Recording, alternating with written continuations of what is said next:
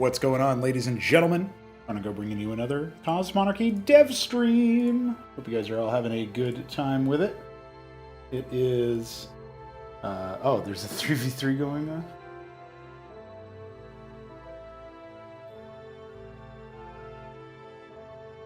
The hell?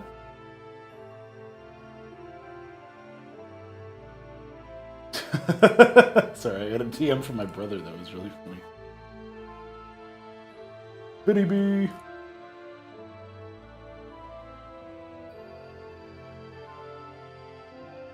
Let's see, I'm guessing they're on pre-release, which I do need to backdate because I was just doing a cast.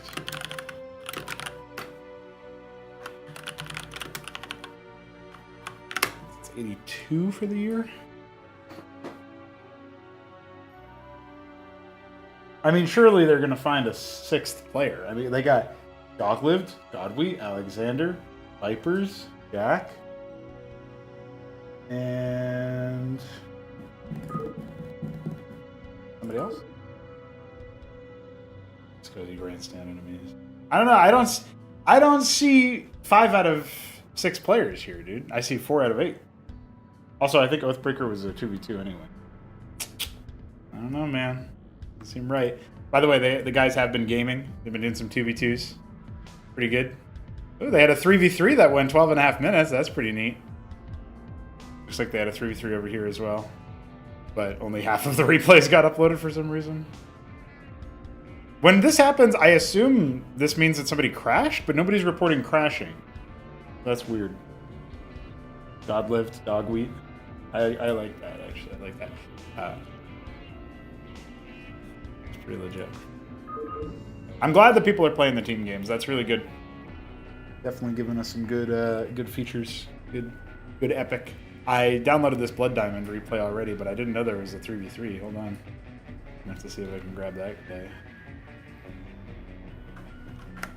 Let's go to replays. Yeah. At some point, the stream casting is going to have to come back. I have too many replays to get through otherwise. So, like, I guess what I actually have to do is I have to blanket do a bunch of casts like normal, right? So I have to go into here and I have to do like my dailies, you know? And so, by the way, guys, just so everybody is aware, the Blood Diamond was just you dying prolonged. Hey, you don't know that. Like, what if it was really good, dude? But yeah, the thing that I am, yeah, I gotta adjust this. We're doing that. The thing that I am thinking about is, by the way, I like that it's the subtle comedy of being like, of somebody being like, oh yeah, don't worry about that game. It wasn't very good. And I'm just like, you don't know that, even though they played in it. I think that's really good.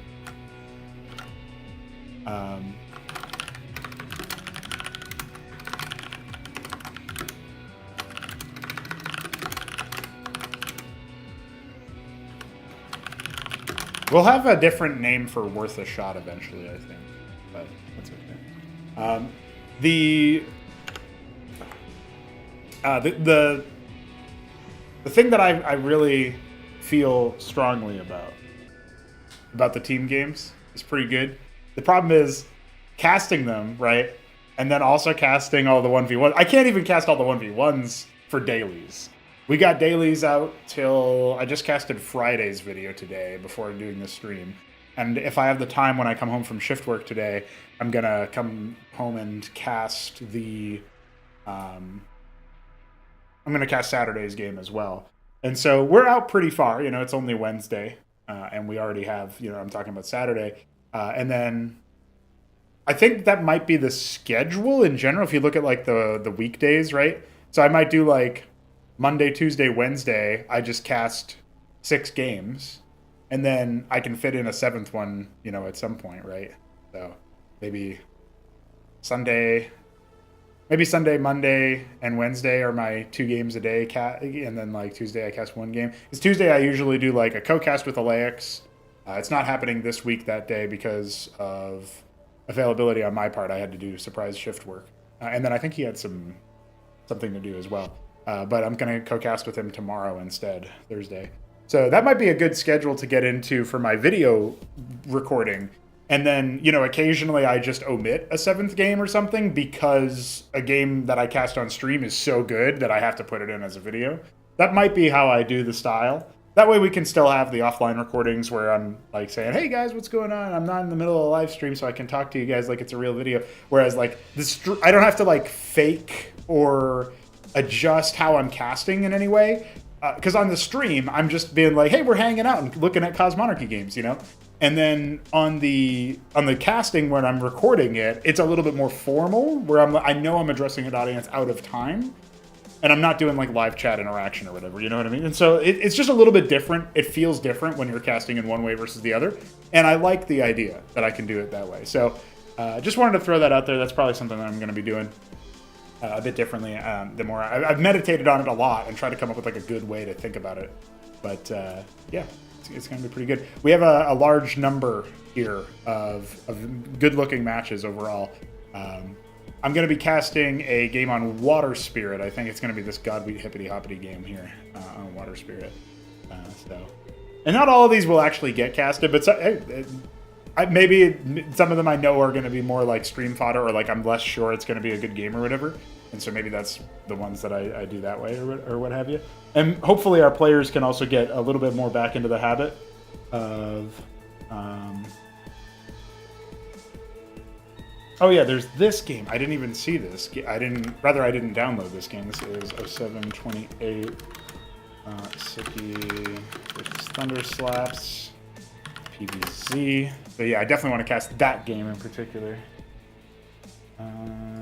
We already casted the 2v2.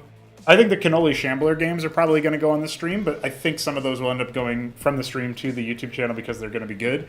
I just like the idea of casting them as a set, like with some, back-to-back nature or whatever. So yeah, this is some format stuff. Whatever. I'm just yapping here.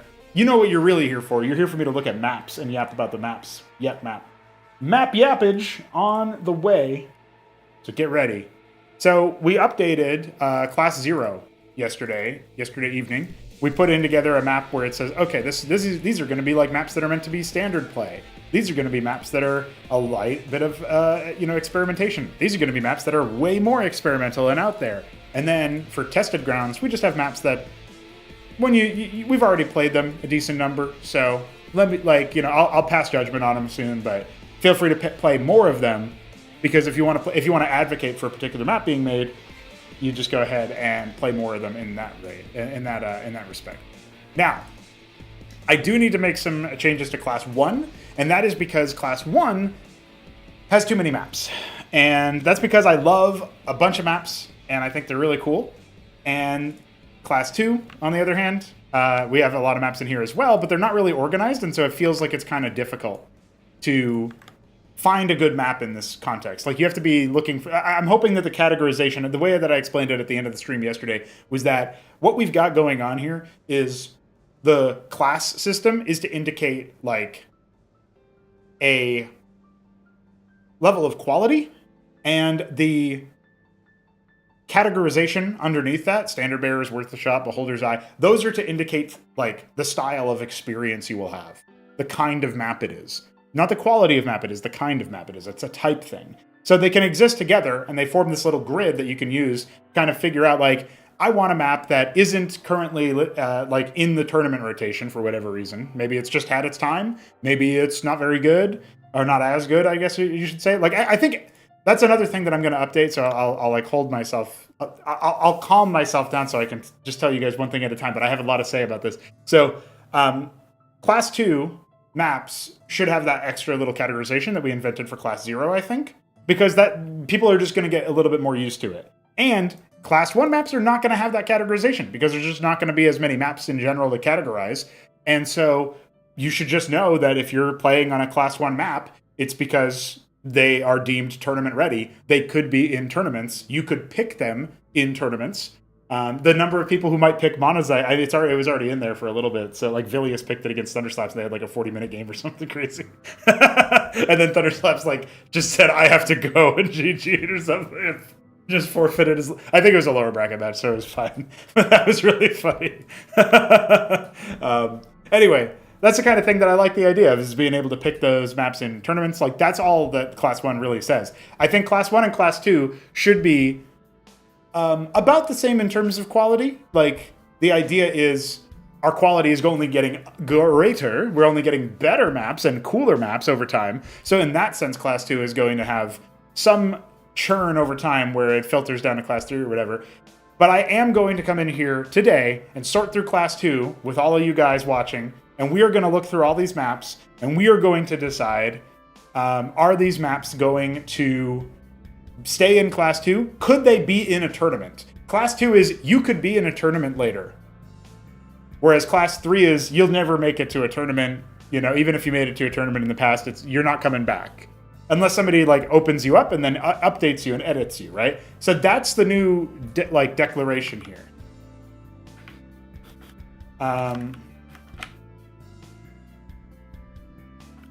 These maps could return to future tournaments at any time, and that's all I'm going to say about it. I think that's totally fine to be the new description of Uprising. Now, let's begin categorizing. So our first up map is Aegis. I believe this is a Veek map. Yes, this is a Veek map. So this map is the map that I beat Hit 'em Up on with Maverick rushing against him trying to go like triple Embassy Artisan and kill me with workers. So I feel very fondly about this map. It's instantly Class 1 now, and it will be in the tournament now. I actually think there's some pretty interesting ideas in this map. The rush distance is pretty low. So I could see this being like a Serenity in that respect. Like, Serenity is a map that definitely had a short rush distance. But Aegis has a short rush distance and has a lot of macro potential after that if you just close this off, right? And so I really like the idea of a map like this. And dare I say, if I put this into Class 0 and people didn't know it was already a map, they'd be like, oh, this is a cool map. And they would try it, and I think they'd have a good time with it. I do think that maybe some adjustments could be made to the resource distribution. I feel like the fact that every base has, like, you know, mineral ridge or a gas ridge, you know, geyser ridge. There's a double gas base up here at 12 o'clock. That's always a pipe dream to try to take, but I could see a world where you kind of split map or whatever in a weird way. But I think that every base having, like, there's no mineral only. There's no, like, I guess there's a heavy base down here at 6 o'clock that's, like, just high value in general. Maybe some of the rest of the map's architecture leaves something to be desired, but I don't think this... I wouldn't say never to a map like this. Looks like it may not have enough building space. Yeah, I can see an argument for, like, the mains being a little bit small. I think you could pretty easily expand that by just doing this, for example.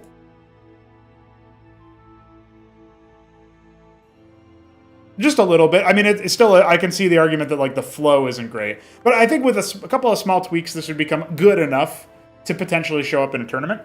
And so I am going to say, we're going to call this, we're going to start numbering all of these. There is some slight experimentation in the map structure. I'm going to put it in worth a shot for type, but that means it is staying in Class 2, right? I'm not going to say, oh yeah, this map's never gonna kick it in, you know? Alpha XY is a map by the Shambler, where you have the main, the natural. Oh, I've seen tons of games on this map. And, you know, to a degree, it's given us some interesting matches. Here's why I'm not so certain this will remain in Class 2. Because, again, this is, could you ever see this in a tournament setting? I think some issues with this map, you got wide open mains, pretty spacious, right? But very easily droppable because of this high ground over here. That's not a problem. These are just, like, observations, right? Then you come up this ramp. It's a cool concept of, like, the joined ramp thing. You know, that was happening a lot in Starcraft 1 maps at the era that this was made. We had maps like Tempest Citadel. And then there was also a space platform map that also used this concept, and I can't remember it right now. But I don't remember if it ever actually made it into, like, proper ASL. Probably one season. Anyway, Citadel came out and that had this concept and stuff, so maybe that's where Shambler was sampling it from. But we have this map up here, you know, this main natural. And then you come out of your weirdly looking ramp, whatever, that's not that big of a deal, that's just an aesthetic note. You have these, like, little small path constraints into the middle. I'd probably even replace these with, like, a neutral structure or something, like a power generator crisis vector style, just because I think that that's probably a little bit better for flow in the late game. But look at where you can take a third. You can take a third and still be under, you know, some duress. I mean, it's pretty low buildability. It's very wide open ramp, and you can still be attacked by air pretty easily and dropped pretty easily because there's no build space down here or anything. It doesn't really protect your main because you could still get bisected here. So you kind of have to like then build stuff out here or have defenses over here. So if you're going to get dropped, you're still going to get dropped, you know. And then 12 o'clock, 6 o'clock, they are so open because you have the attacks directly down here. You can wrap around and then come in from a couple of different flanking positions, although this is like a weirdly separated path. This kind of triggers my autism in the same way that I was getting annoyed by Starshore Sepulcher, or it was Neo Sepulcher, whatever it was called, the two-spawn map that was based on Starshore Sepulcher. And that one was really getting me with the Basilica and the Natural. So that's the same kind of vibe that I get looking at this. Is kind of annoying. It just irritates me. I don't have a good. I think it's just because like units are going to path weirdly, and this looks really ugly if you ever start building structures anywhere in those bases, which I have seen a lot of players try to do. So that just looks like it would be annoying. And then you have this weird construction off to the left-hand side and the right-hand side, top left, bottom right. There's some elements of the map that are pretty neat. Oh yeah, it has the treasuries here as well.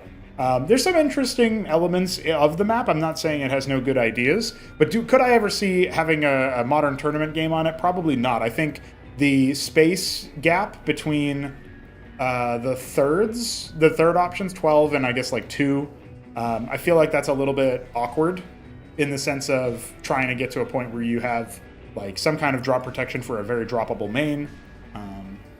Yeah, this one always felt like a little bit ways out of the way. You can try to expand over here, but there's not really a lot of them. The map isn't helping you, guiding you into a space where you can leapfrog from your third to your fourth or fifth in the top left. And I think I've seen people try to take these bases like once, the 3 and 9. It doesn't typically work out. It feels like maybe there's a missing connective tissue here where these ramps are. And so, yeah, I'm going to say this is a Class 3 map on the grounds if I couldn't put it in a tournament. And so we're going to go ahead and migrate that guy down. But hopefully that makes the way that in which I am explaining this, hopefully it all makes sense, like why I have these thoughts in that respect. Oops. We got Sir... I must have set off my tism, yeah. We got Sir Skirmish Badger in here. What's up, dude? So this is Angel to Your Strait, a port of Screaming Sea, and then it was called something else. Yeah, Myeongyang Strait is actually what it's called, like in Korean, but then they called it like Screaming Sea or Roaring Currents was the map name eventually, Roaring Currents. Angel to Your Strait is a map that actually Jujic had the idea of like fixing or adjusting. It's an interesting map idea. It's a pseudo island map where there's only one path into the other person's main base, and you have like a lot of weird stuff going on here. Based on the fact that it is a Starcraft 1 map, that as a result, it wasn't an ASL season, it wasn't a ranked ladder season. A lot of people are going to be familiar with it. Based on that fact, it does make me feel like maybe this could stay into Class 2.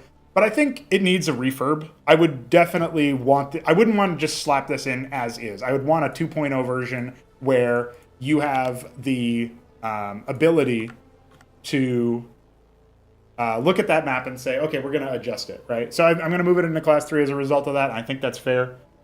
Basically, that's another thing that I'm thinking. Could I put this map into a tournament and have it be good to go? Is it tournament ready? If the answer is not without changes, then unfortunately it cannot be in Class 2. But that's what we're getting at here.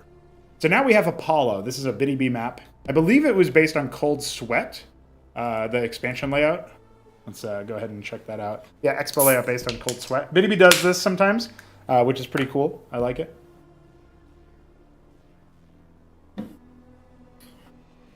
So this map gave us some pretty good games. There's probably something to do with the 12 and 6s, or maybe the other sides of the map. I don't know. Like, even though we have seen some cool matches on Apollo, army pathing around like the cardinal directions always felt a little bit weird. 3 and 9 were weird for different reasons than 12 and 6 were. It almost feels like maybe there's one too many entries or something. Like maybe this base here could be lower value and then you could chop off this very complex looking ramp that I'm sure took a lot of effort to make into the rest of the foreground, so that your paths into the dirt, snow, low ground here were, you know, here with a double, like the mirrored ramp, and then these wide ramps, right? That might be something to think about. Maybe also widening this bridge ever so slightly. But besides, like, maybe some changes to the layout, which I'm not even super confident would actually fix things. I'm just saying, like, that's something that I'm thinking about looking at it. I actually don't really see a reason to deny this map necessarily. This was a Class 1 map for some time in the last calendar year, so I also think based on that, like, it's not like it, you know, Alpha XY was never a Class 1 map, for example, and Angel Tear Straight, it was, I don't think it was ever in an Acropolis. So it was just a map that existed. Yeah, it was never a Class 1 map either. So that might even be something that we think about. This is a standard play map. There's not really anything super, you know, out there about it. Now, this is Axiom. It's not quite 1.0, but I'm going to call it 1.0 if I don't see a version. This is the version of Axiom that isn't in Class 0. This is going to be funny for me because I really don't remember. I don't know the differences. So, okay, the resource expansion layout is a little bit more standardized, it looks like, in the main and the... Yeah, it looks like, yeah, main and the main natural got standardized. We have some customized tiles over here off to this side to clean that up. Looks like there were some adjustments made to the entry path into the third. This area was blocked off on the high ground, so you can't drop to it. So pretty... oh, yeah, and we did... So I wasn't crazy. So, yeah, this path didn't exist in 1.0. So this more out there widened path is to make it so that you have army space. This is probably borrowed from Radium, funnily enough. Radium did that kind of thing with the general pathing. And I guess Biddy B probably looked at that and said, yeah, okay, if you can, you know, path your army around here, it's probably a little bit better. And so he did that as well. Looking out for any other changes. Looks like that's basically it, huh? We have the this ramp here into the third bases area, basically, is a little bit pushed forward on 1.0, so it's receded a little bit to combat the fact that this is now a little bit more open, so it's a straight shot, so it's just a little bit further back. That makes sense.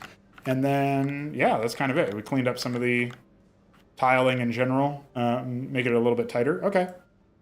In that case, this is going to be a weird thing to say, but if there's a remake, I wouldn't put Axiom 1 in if Axiom 2 exists, right?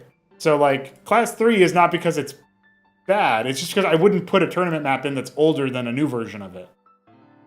That's the only reason I'm putting it in Class 3, because, like, why would I put it in to a tournament if the updated version exists? So, at that point, it's almost like, do we even keep the old version? But whatever. It's not that different, so maybe it doesn't deserve to have a separate version, but I'll let Biddy B be the judge of if he wants to have it removed, I guess. You know, it's not that big of a deal. All right, now we have Brainstorm. I ported this map.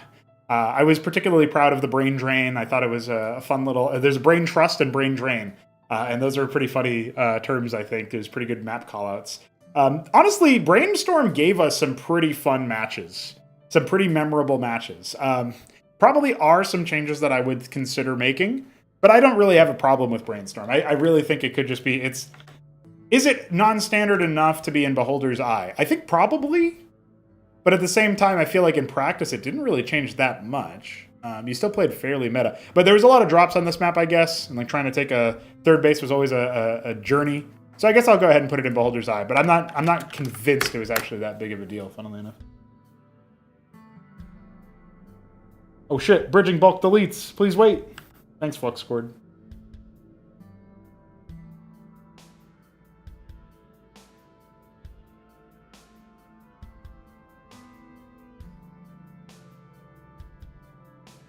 I don't know who... Oh, I see. There was a spam bot, I guess. That's what that was.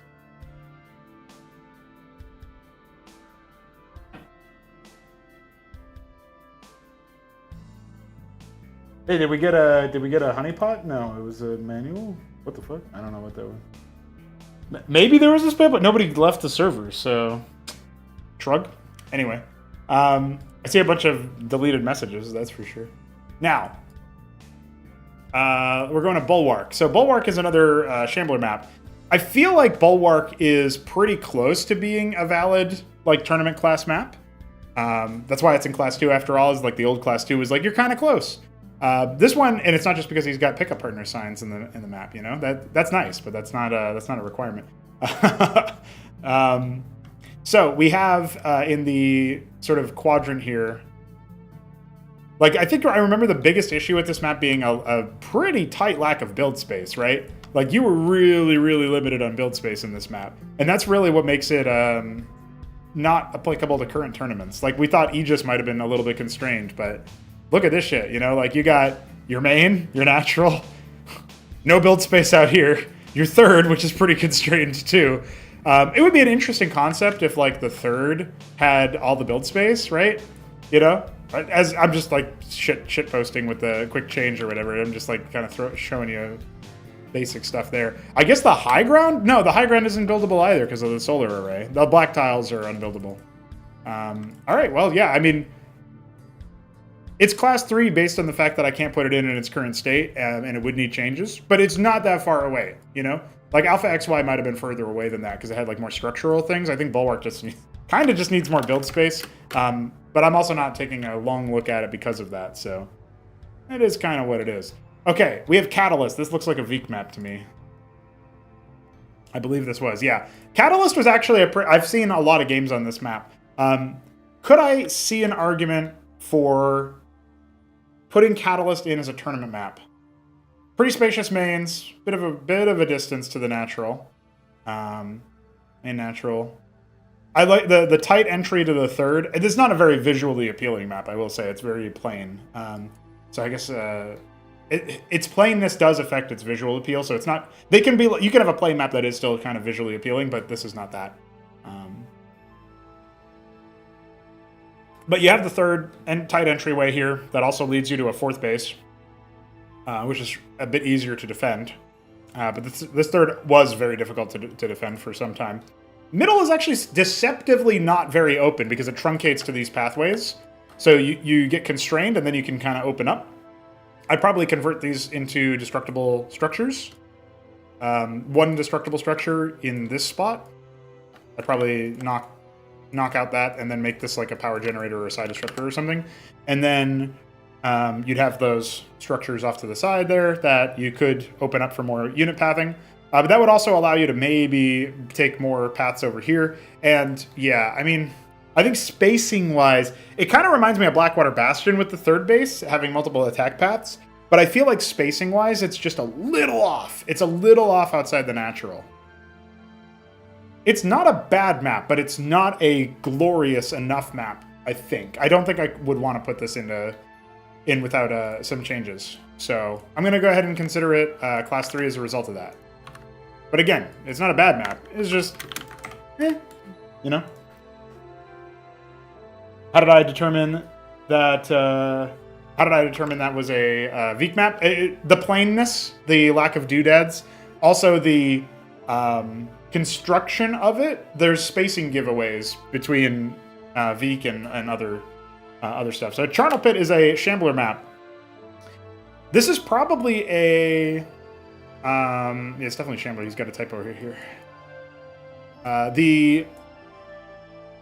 This is probably, so I said earlier that like Bulwark might be the closest to tournament ready a Shambler map is. Actually, Charnel Pit could be considered tournament ready. The only thing I think I remember feeling was weird, I think it's this area. I think it's this area here that feels really odd to me. Because you can have like, if you took this ramp and you extended it all the way to over here, and then you had it so that it was this ramp all the way over here, then you'd have like a pretty nice way to navigate to this side of the map where there's other bases and stuff, right? Like there's like here and here. And if you took this out, then that slightly improves the defensibility of the otherwise bisectable third base at 12 o'clock and 6 o'clock, right? But you also reduced redundancy with this pathway over here, and I feel like that would be a superior setup. It would also theoretically open you up to being able to have like extra bases in the middle or something, right? So it'd be something like this, where you could probably, you might be able to add like a base there. Did you erase that ramp? So I think changing something like that to address the redundancy here and the low army mobility on the ground in the middle, I think that would actually play a lot. Because if you think about what that does, you knock this ramp out, you widen this ramp. Now this player, if they want to have like a big ground army, they're actually incentivized to move to the bottom left of the map with their army and then come up to the high ground. And then if they want to go to their enemy's base with a big army, they have to move to the side, to the top right, and then wrap around. It's kind of a cool zigzag feature of the map that I think would be pretty memorable, actually, while also... like, this is just kind of weird. Your units get, like, naturally split anyway, and then, you know, you're not really... It's just weird right now, and also very constrained in terms of the terrain that you have access to. So that's my take. Maybe still then you'd have some plainness to it, where it's like, I always take the same third. But honestly, we don't have a lot of maps like that right now, so maybe it's fine to have that. So Charnel Pit is very close to being a tournament-ready map, just like the other one was Bulwark. Maybe it technically has like more structural things to resolve, but it might be easier to do that than to do what was going on in Bulwark, to be fair. So. Canola map, it's silly. Jujic map, it's standard. Dogleg map, it's unique but not crazy. Interesting. Maybe. I'd have to really think about that, and I'm thinking about this right now. This is called Sweat, a Veek map. This is the map that Apollo had its resource locations based off of, or at least like inspired by. So that's kind of neat. I remember... So Cold Sweat did give us some macro games. It kind of reminds me of Catalyst in the plainness. It obviously has plainness to the lack of doodads and decor and stuff and custom tiles and whatnot, but the top right, bottom left having the Crucible and the Hatch, which is kind of a funny choice, means that you have those neutral bases you can return resources to, and you can also proxy stuff there because the Crucible will empower your stuff. So if you build like a Stargate over there or whatever, it's a power field, and you can get faster production speeds. So it's a little bit of a wackier one. I don't know. I kind of look at this and I think to myself, there's something missing and I can't articulate it. It's just of yesteryear. It's just a little bit old style. There's something that there's not a pizzazz about it right now. So that feels really awkward because, like, I mean, Veek's not doing active mapping right now, so maybe it's a little bit easier for me to do that from a psychological, friendly perspective. But, like, I don't want to be an asshole and just be like, oh, I don't know what your map's missing, but I kind of don't right now. I just know it's not quite it. So, all right, now we have Delta Sticks. This is a Shambler map. Top left, bottom, or top left, top right are the spawns. I believe this is Cocytus, but redone in a few different ways. There are treasuries, double treasury in the middle, and we've got treasuries out here. So treasuries everywhere for the mineral only bases. Main natural third. This configuration has always been kind of interesting to me with the main natural third. Cocytus had that. There was a 4-spawn version of Cocytus at some point. Or maybe it was the 4-spawn came first and then the 2-spawn came. Helheim might have been one of the map names or whatever. Oh yeah, the treasury down here at 6 o'clock as well. Great. There's a lot of treasuries for some reason. Hey, Shambler, what's up, dude? Yeah, I don't think, unlike Bulwark and especially Charnel Pit, the changes to this map that would make it tournament ready, I feel like are kind of steep. But the amount of ice is also a little bit of an eyesore in the sense that I don't really know where the map wants me to go past a certain point. I feel like the player instruction is missing maybe in a passive way. There's no like roadmap or pathway or anything like roadway or whatever. And I know that the ice is actually missing tiles for that, so maybe that's an excuse for me to go into the tile editor and start adding more custom tiles for that particular purpose. But it's really noticeable here, I will say, and probably something that just needs some terrain love in the tile set in order for that to be a thing. But even outside of the visuals, I also wonder about like the shape of the structure of the map. And we got a lot of ramps over here, you know, like this ramp, and then this ramp, and then this ramp, and so I don't really know what's up with that. I guess if you unified this into one ramp and you knocked this out, then you could still maybe justify having a ramp down here, and then this is a one wide set of ramp. This is gone. But if you have a ramp into here that's smaller, and you have to change up the resource layout, obviously, then coming into the middle of the map and then wrapping down has more value, because as of right now you have to go through a choke point, where there's a double gas base anyway. So Yeah, I think this map's just a little floaty right now. It would definitely take a little bit of time there. So I'm going to go ahead and say it's not tournament ready. Shambler, since you just arrived, Two-Spawn came first, but I always thought it was 4. Okay, yeah, I probably did. Yeah, that makes sense. Since you just arrived, and we're talking about your maps in here as well, it's worth noting I've been making some changes to the way that the map pool is taken care of or considered. So now Class 2 is reserved for maps that could return to future tournaments without any changes. They're already deemed tournament ready. They're just, whatever reason, they are not in the current tournament map pool, in the sense that you can't pick them for weekend wage, and they won't be eligible to arrive for Acropolis or something like that. So Class 3 doesn't mean what it used to mean. It used to mean this map is terrible. We can't do anything on this map. That's no longer the case. Class 3 just means your maps are not currently tournament ready, and that could mean that they're really bad, or it could also mean that they're just a little bit away. And so, there were some maps, for example, that were further away. They would require more changes than others. But a lot of the Class 2 maps that I've moved to Class 3 were pretty close, actually. There may be only 1 or 2 changes, or, like some things. So you can go back in the VOD later if you're curious about what I said about, like, Charnel Pit and Bulwark, as well as Alpha XY was, I think, the other map that I looked at that was yours. At some point, I will subdivide Class 3, but it won't be today because I have a limited amount of time before I have to go in for shift work. Also, we still have, 37 maps to get through. So let's keep going. Derelict. This map, could it show up again? Could I do that to people? Have them experience Derelict?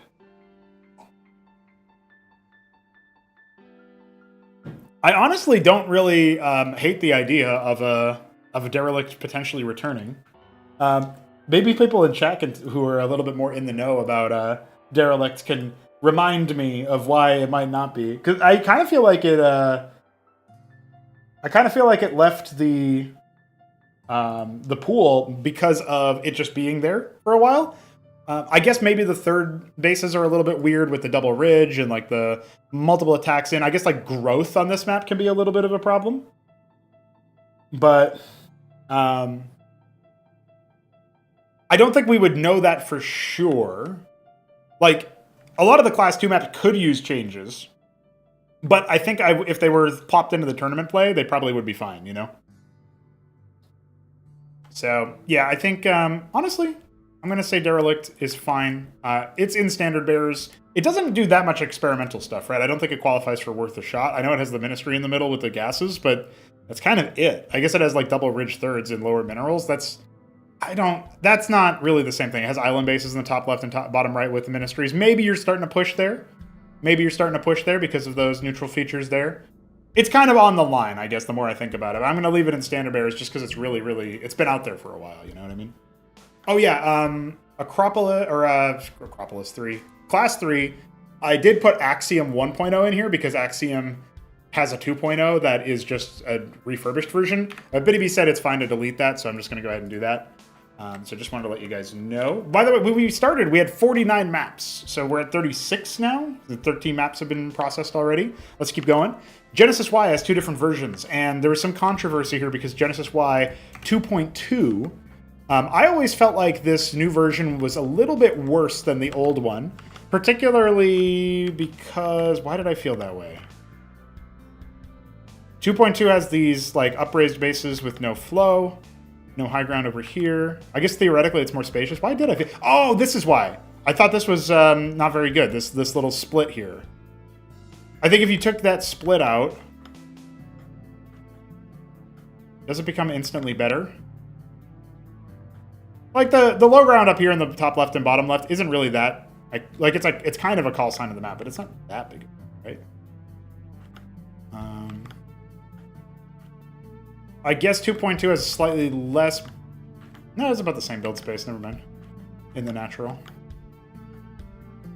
It stops this drop ledge spot here as well. It's just kind of like filling in based on player testing and stuff. Third base is a little bit more straightforward and perhaps defensible if you take top left or bottom left. The forward base is about the same. I guess the big change here for the forward base is the low ground path. Yeah, I think the low ground path just isn't it. That's like the main thing that I remember thinking about. I thought meditations down here on the pathway into the mid was kind of interesting because now you have 3 different paths instead of just the one, and that's kind of a nifty set of changes. I don't know which is better in that way, but I think if you sealed this, I think if you sealed this, you can just replace the old version with the new version, and I wouldn't have any problem, honestly. I think it's totally fine. I think the bridge up here in the top left and the bottom left is an improvement. I think these bases being like upper 9, lower 9 being isolated instead of having the ramps or whatever, that leads to more interesting gameplay over here where you can still try to siege the low ground. So that's pretty nifty. And yeah, I think there's a lot that Biddy did here. It's just this does make the map not very good, in my opinion. Not as good. It's a really big structural change. So they both do have to go into Class 3 as a result because 1.5... If we had to pick one of the versions, we'd probably still use 1.5. But I know Biddy said he'd be totally fine with either versions or a mash of the two. So yeah, at some point we'll probably go ahead and have that done. But yeah, just wanted to go ahead and throw that out there. Now, Impulsion also has a new version, right? Yeah, Impulsion has 1.5 compared to 1.1. What are the differences? You may wonder. The resources have been adjusted. 1.5 has this Basilica thing that's been removed.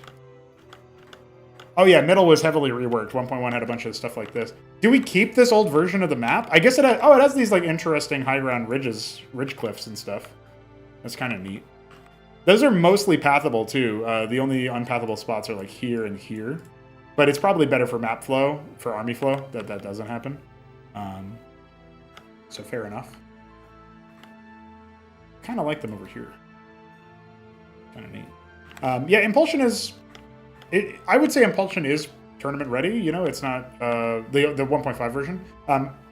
Do we keep the second one? I think 1.1 can just go into Class 3 because there are some pretty steep differences actually with the way that the middle of the map looks and plays.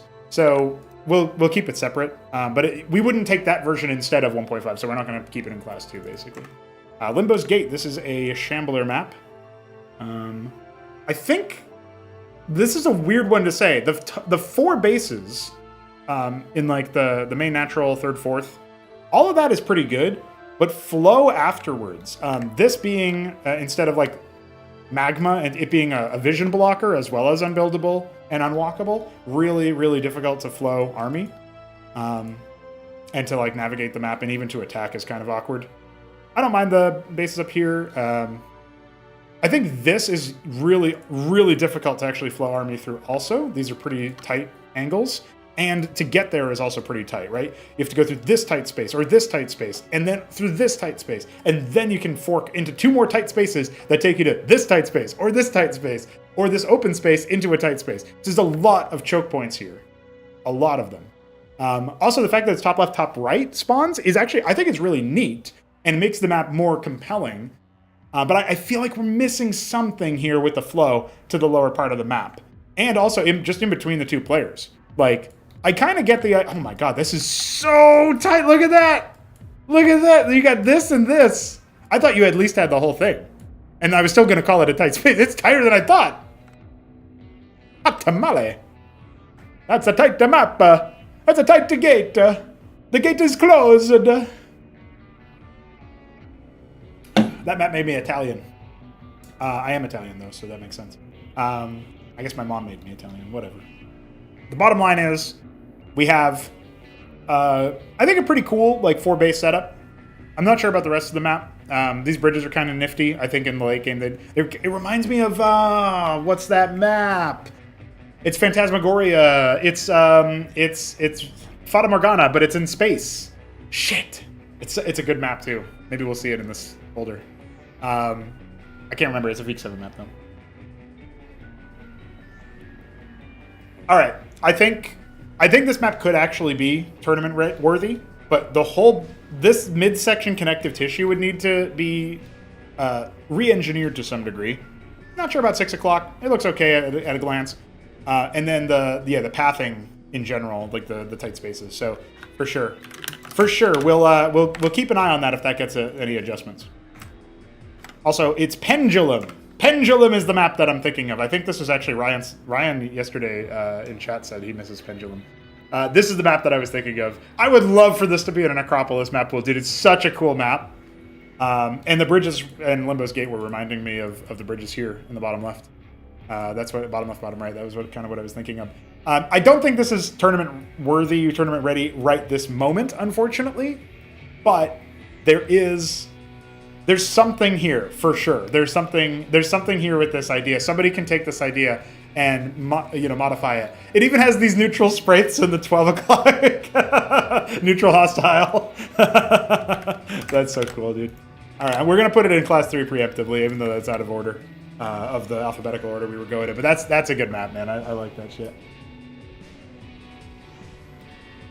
Funny faces in the middle, yeah, for sure. All right, Martyr's Ground, a map by the Shambler. I like that he moved the bases to a little bit closer to the double ramp over here into the natural. Resource allocation, obviously, like the resource layouts need to be adjusted for sure. But, oh yeah, this is very different than I remember. The paths have definitely been re-engineered over time. I actually really like this middle. It might be a little bit too tight, see Limbo's Gate, but I really like the idea of it, that you have these like spaces in, yeah, it's actually really cool. You have these spaces in the middle here. I think if you could somehow have these statues where this temple is, and then remove the temple part, so it's just, these statues get moved up here, right? If you could do that, and then probably delete, unfortunately for Shambler, probably delete this tree, because it's not very good for general stuff. Maybe that one too, I'm not sure. You might want to migrate it somewhere else, I guess. I think you could have on your hands a pretty cool setup for middle. You probably wouldn't need to change too much, although I might consider like expanding this ramp one tile over. Just one. It doesn't have to be like 2 or 3 or whatever to match that. It can be just one, but just one more. Paths around here, double gas base. One area I don't actually mind the cliff separator instead of it being low terrain like water, but water might improve it, but I don't mind it in its current state. Doesn't trigger my autism as much, I guess you could say. Main and natural shape are a little weird, but that's a bit of a byproduct of this map being originally having a really far distance for that kind of thing. Very droppable natural, that's worth pointing out. Very droppable natural. But that can be a characteristic. That's not a knock against it. I don't remember what this unit is. I think these are Niduses or something. No, they're not Niduses. What are they? I can't remember. There's something weird over here in these corners. I don't even really know if it makes any sense to what it is. But anyway, cool stuff. I actually really like the... I don't think I had properly seen this middle of the map. Yeah, high yield base on the top right, bottom left is not just double gas, it's high mineral count as well. One thing that might be kind of cool is if the main natural third setup is what it is, right? But if these 3-9 bases and the 12-6 bases were low yield to try to push players more towards these higher value corner bases or the middle bases, might be a nice small nudge into that area. So Martyr's Ground, it needs some changes, but it's very cool. It's actually a really cool map. I like it a lot. Oops, what did I just do? Yeah, the Nat is a pain to defend in older versions, for sure. Arbus. Also high Arbus. But definitely an interesting thing anyway. No, the attacker does not get anything in the tree.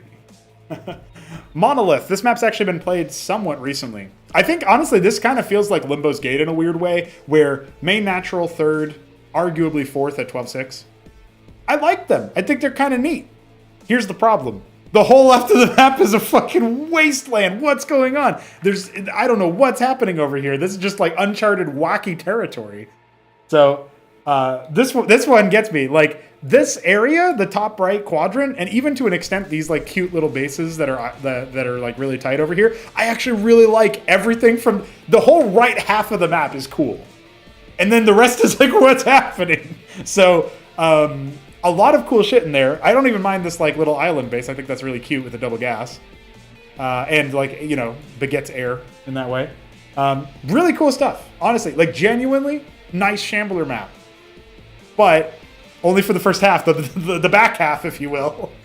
I don't know what's going on there. So I don't have a lot of constructive critique on that one. I am also a little bit pressed for time, so I'm accelerating a little bit here. But just wanted to point that out. Muspelheim. This is a Week 7 map. It has the Iron Foundry blocker into the natural or back base, if you will, and you can infest it as Zerg, and many have. Part of me wants to say this is a Class 2 map still. Let me actually identify if that's true or not. I would want to give it some visual refresh. I've already done that in the sand in the middle, the ash in the middle. Yeah, I mean, it's visually plain. I would love for it to have a visual refresh. I think these ramps are pretty nifty to try to fight around in the middle of the map, around your potential fourth base. Your third, not considering the back base, your third is low gas because it doesn't have a ridge. And I think that's fine. Yeah, resource adjustment. You might see some resource layout changes or whatever. I think it's fine. Honestly, this is probably a fine map. Is it standard? It's as standard as Derelict is standard, honestly. I think you can throw it in here. It's fine. It doesn't need to be in anything else. There you go. Neutral units on Martyrs are 10 senders. Oh, okay.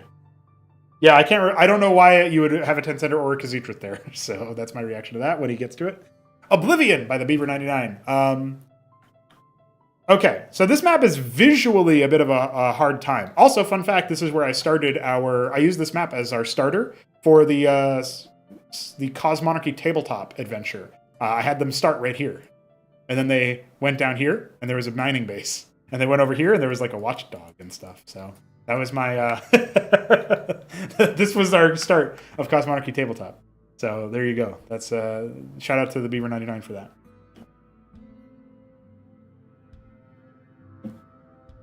Okay, there's an update to Monolith. I'll put it into needs testing, and then we'll review it later. Yeah, Mass Destruction and Oblivion are some of Arbuz's favorite maps, so he might like that the desert tile set. Honestly, this is probably still a tournament-ready map. I would probably want to try to find something to do visually with it, because it is pretty yellow and brown. Yellow-brownish. Yellow-brownish. Yellow-boos, brown-ish. Anyway. It's fine. It seems like a fine map. I mean, there's a weird spacing, maybe, around the third and the potential fourth. But the fourth is really open. I might consider, like, shifting this down a little bit. It does maybe impinge a little bit over here. Resource adjustments might be necessary, or at the very least requested. I think we can put that into standard bearers, though. I think it's okay. It's just probably not my favorite. Watchdogs could be official. Neutral hostile watchdogs that just shoot anything. All right, we have Old Scars 1.1 and 2.1. So this is the map for sure that Jujic feels the most hard done by. He feels like this is a really good map, and we never really took a look at it. Let's see if he's right. Could it be tournament ready?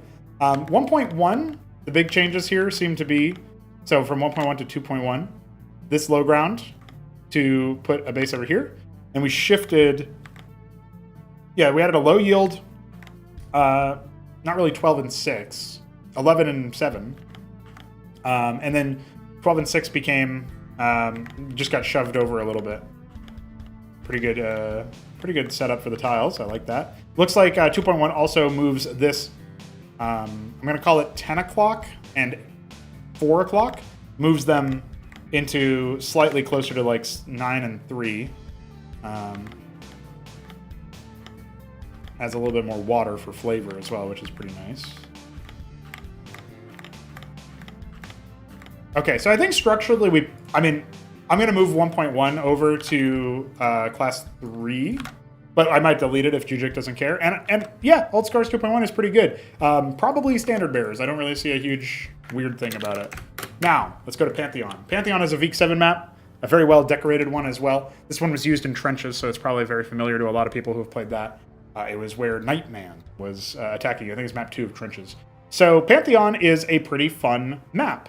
I actually really like it. I think there's a lot of cool stuff about it. Moving around the map can be something of a challenge, but moving through the middle wouldn't be if we expanded some of the ramps. But I think overall, it is not a bad map. I do think maybe this high ground over here needs to be removed, and the currently wide ramps need to be wider. I think that's probably a non-controversial set of changes to the map. As far as other things go, maybe these single ramps here could be the double ramp width so that they're a little bit more accessible. Maybe the swamp needs to be cut in a little bit to increase army flow over the high ground into this area, basically. If we increase army flow here, that might be good. So yeah, I think that's probably it. So I can't call it a class 2 map, but I can call it a class 3 map with promise. I am now drunk. Yeah, I'm talking normal speed. So, all right, Phantasmagoria. It is. Yeah, swamps are really good. I really love it. So, Phantasmagoria is a rendition of Fata Morgana in the Twilight tile set. I mean, there's some cool aspects to it. It does lead to neat elements, but it's it's kind of like Cold Sweat. There's something missing. There's something missing about it. It's very visually plain for sure, but even in terms of layout and the kind of gameplay that you can get here, So I'm gonna go ahead and put it in class 3 because it's making me shrug, and that's not cool, man. All right, Kingwa Valley. This is a map that desperately needs that snow tile conversion for the dirt cliff conversion. This is a BDB map. People had a lot of fun times with it. It was in Acropolis before. Is it still tournament ready as is? I would definitely want a visual refresh on it, but that doesn't necessarily mean it's bad. This is notoriously the map where all of your workers stack up like right here. So Matador drops or any splash damage is really powerful on this map. I think it's fine when that exists. I think it's cool. Middle of the map is pretty nice. Like the dirt cliffs are ugly to me, so I have an aversion to that. But I think the middle of the map is nice. The ice sides are kind of neat. It maybe is a little weird gradient-wise. It feels a little bit unnatural to look at. It's not like Aeolus that BiddyB made recently that's in Class 0. Play that fucking map, dude. I want to cast on the map. It's a beautiful map. This map definitely is like, a lot of custom tiles were placed, a lot of custom tiles were used, but it needs maybe a little bit of refurbishment in that department if it's supposed to be nicer to look at overall in totality. But then again, are you really playing it in totality? Not really, so it probably doesn't matter as much. And most people don't care about visuals as much as I do when it comes to a map, so that's probably fine for most of the players. The island bases are kind of cute. I don't think I really saw these bases get taken too often. Nor the 3 and 9. I would see 12 and 6 taken pretty frequently, though, as a 4th. It's derelict, basically, but it's for those who don't know, it's derelict, but it's ice in a lot of ways. So, obviously some adjustments have been made here and there. Yeah. Visual refresh would be nice, but it's fine. It'll go in there. Okay. Yeah, goofy map name. Kingwa Valley. What was the other goofy map name? Patadia. That's the one that keeps making Jack say goofy map name. Radium is a rendition of Axiom, but, you know, has some holes in it from asteroid impact. It's pretty neat. We have top right, bottom left. It's kind of the progenitor to Axiom 2.0, having the path out here, is what I feel like. Middle is obviously very different. Low ground bases have always been kind of cool. Island bases here with the ministry already in the place, so you can just drop workers there or have flying workers move over there or whatever. So that's a little bit of a slightly different look on it. Yeah. It's good. It's fine. Standard bearers. Secluded Reliquary. This is a Shambler map. By the way, oh no, this is a Jujic map. Never mind. I was going to say you can always tell a Shambler map by the name, and then I got absolutely fucking tomfooled. This map was, people were having a hard time reading the mini-map on this map, I remember, because of the patterning. It created like a moire effect. I really want to love this map. Here's the thing. I really like the idea of this map visually. In theory, I love the swampy, the swampy, you know, the water, the sunken outpost or a flooded outpost. So cool, man. But it is it structurally a sound map? Natural definitely needs resource adjustments. You probably need some visual adjustments for people's eyes because they were complaining about that a lot. I love the cardinal bases overall. Or I guess this is like, I love 3, 9, and then I also love 10 and 4, I guess, you know, 4, 10. I think those are good. These like forward bases are pretty neat. I don't know, there's something about this map that feels really cool, and like a kind of map we don't get a lot, with the everything being a bridge to connect to land masses to your enemy. Even if they're really wide bridges, as they are here, That is not something we get too often. I like that style. It does need some updates. It will be going into Class 3, but I really like what it works with. I hope that Jujik or somebody else returns to that map and you know, makes some improvements to it. It's really nice. More prone to macro games. Yeah, that's exactly what I was thinking, Arbuz. I feel like it's really good in that respect. All right, Shattered Covenant. I never liked this Shambler map, unfortunately. Main, natural, weird spacing, double attack path. The double attack path is something that we can definitely work with, and it has okay distance gap between this side path and this direct path, but this is an island, so you don't secure your third by coming down here and then isolating this attack path. So you're not really in a good spot there. Also, there's a big terrain bug there. If you take this base, you're still open to another path afterwards. So you're not securing a third and then isolating your natural in that way, because like one path into your natural that way, because you just opened up two paths into your third. So it's not, doesn't have the stuff like Arctic Ablution or Parabellum have for the double attack path into the main. And so that makes it feel less likely.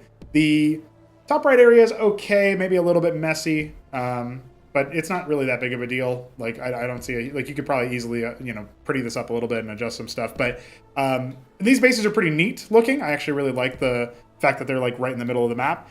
Probably this is a little much. I don't know, like the treasuries with the neutral treasury with only mineral onlys, with only minerals in those bases.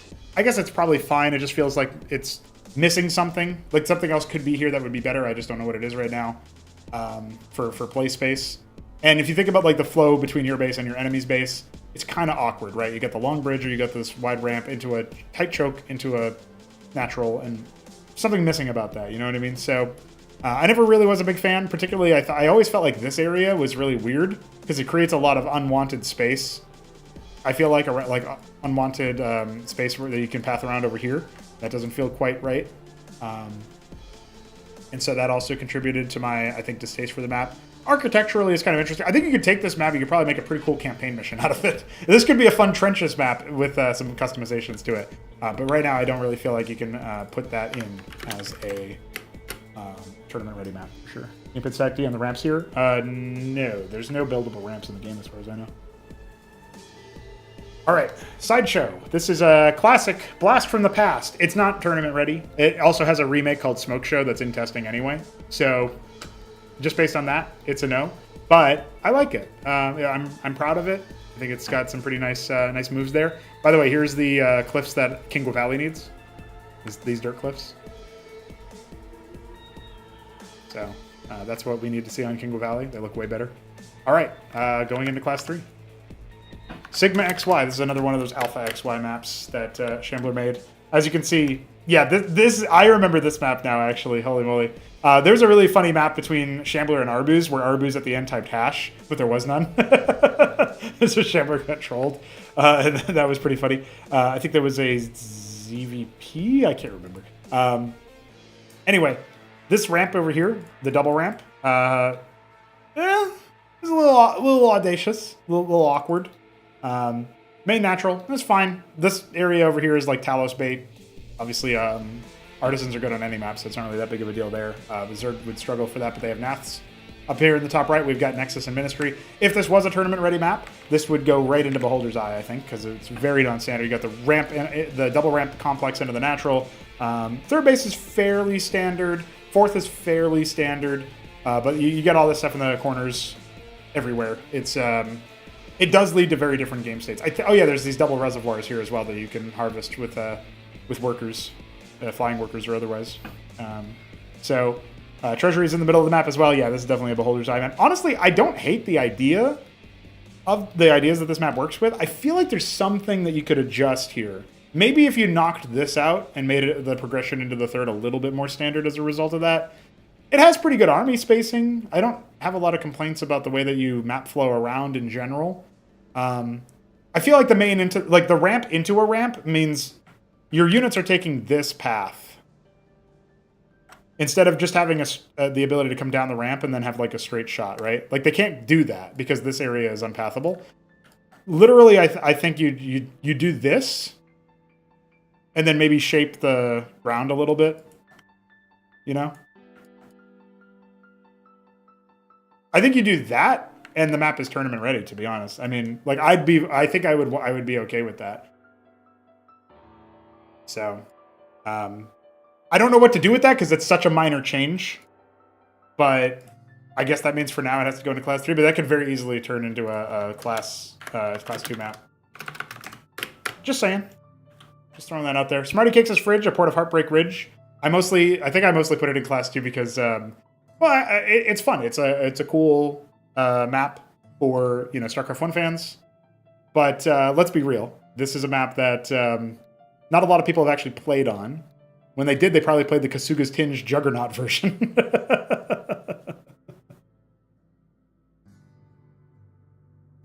How many Neutrotown centers you can cram onto a map? What's up, Chefkeeper Dog? Yeah, that might be valid. There were a lot of them. That's why it would go into Beholder's Eye for sure. But, yeah. I don't know. Smarty Cakes' Fridge.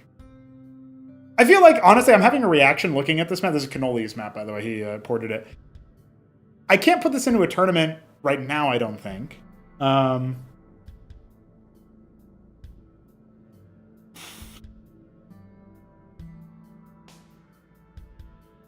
Yeah, Shambler, whatever versions you change, we'll send it up to class 0, and then we will evaluate based on that. But I feel like that's my feeling looking at it. So, pretty neat. Honestly, I actually really like the way that Smarty Cakes' Fridge came out overall. I feel like it's a pretty neat rendition of Heartbreak Ridge. There are some changes to it compared to what you would normally see. But I don't think it's tournament ready, and I really don't know what would change that, unfortunately. Could I actually put it on a tournament? Maybe this could take the spot of like a Brainstorm, like a returning classic that's just weird. But I kind of feel like the whole main natural thing just doesn't work. It doesn't work in StarCraft 1 either anymore. I don't really know that it works in Cosmonarchy. But so I think I'm going to go ahead and put that in class 3 as well. Spinal Tap. I think this map could be tournament ready. I'm struggling to imagine what would need to be done to this map to make it any different. Obviously, it was Drop City. This is Shopkeeper Dog versus AUD64, where he tried to do the double drop inside of the main base, and AUD riposted. Really memorable game of Neblime versus Hit 'em Up on this map as well. Hit 'em Up rolled Terran game 1 in Acropolis 2. He won that game, and then Neblime proceeded to defeat him afterwards, and it didn't look particularly close. Apparently, Hit 'em Up, even though he was winning the whole time and had a very remarkable performance, the commendable performance, he was like, I was panicking the whole time.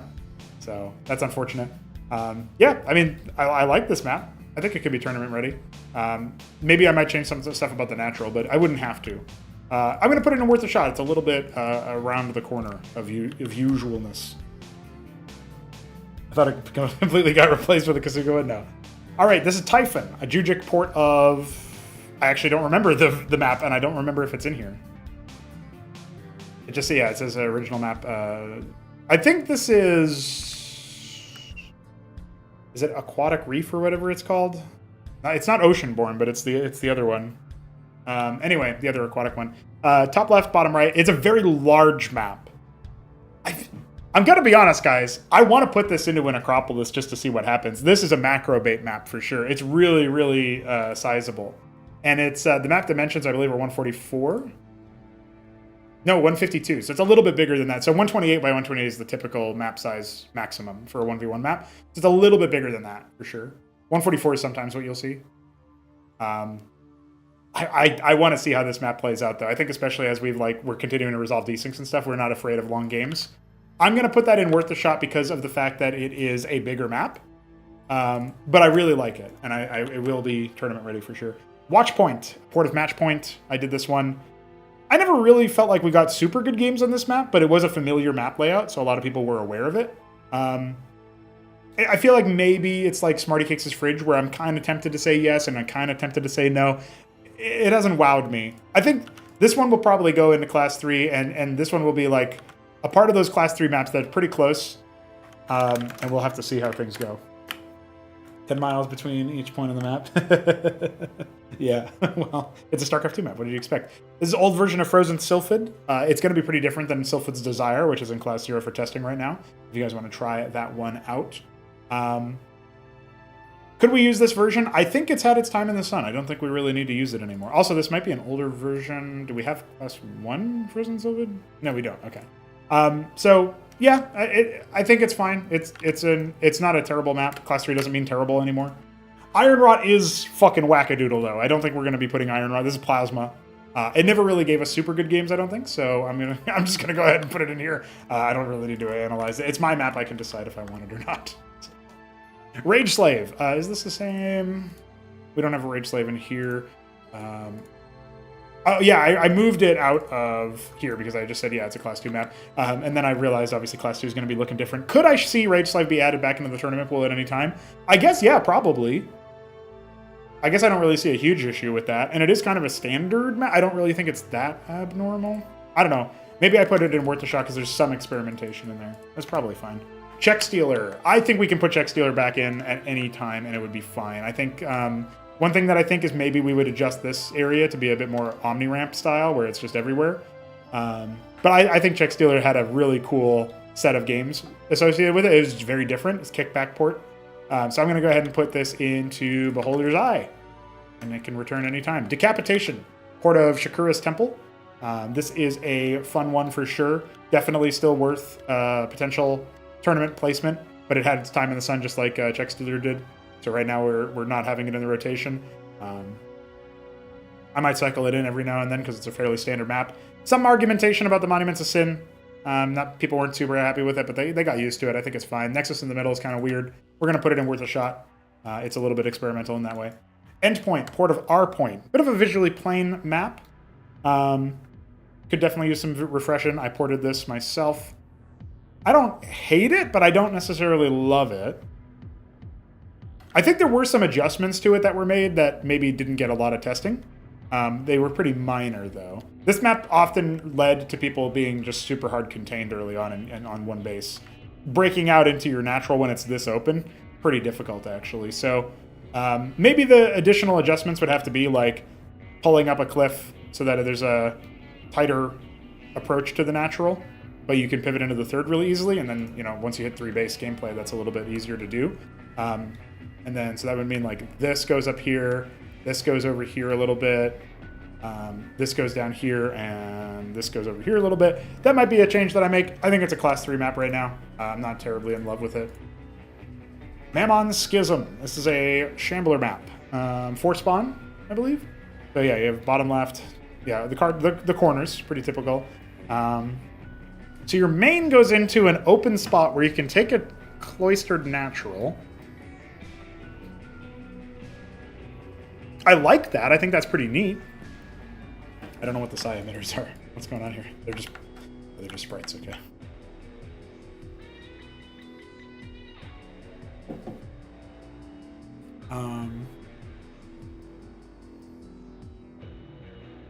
So 12 and 6 have 2 different island bases. One with more minerals than gas. And well, I guess they both have more minerals than gas, but like this one is 4 minerals geyser, and this one is, well, I don't know what this is. This might be a reservoir or something. 420. I don't remember what that is. That might be a wellbore.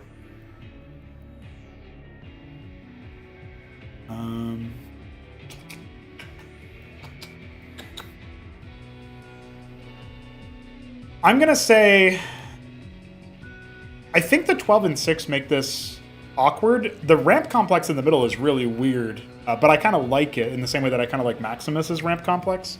So maybe we go ahead and just approve that and not say that's not really a huge issue. Also kind of reminds me of Geometry, which is a funny one.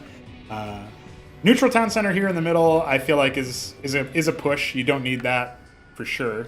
This is a funky little base over here, and I don't know what this structure is. 408. I'm going to look it up. Oh, those are Tensenders in the middle there, at 3 and 9. What is this one? This was 420?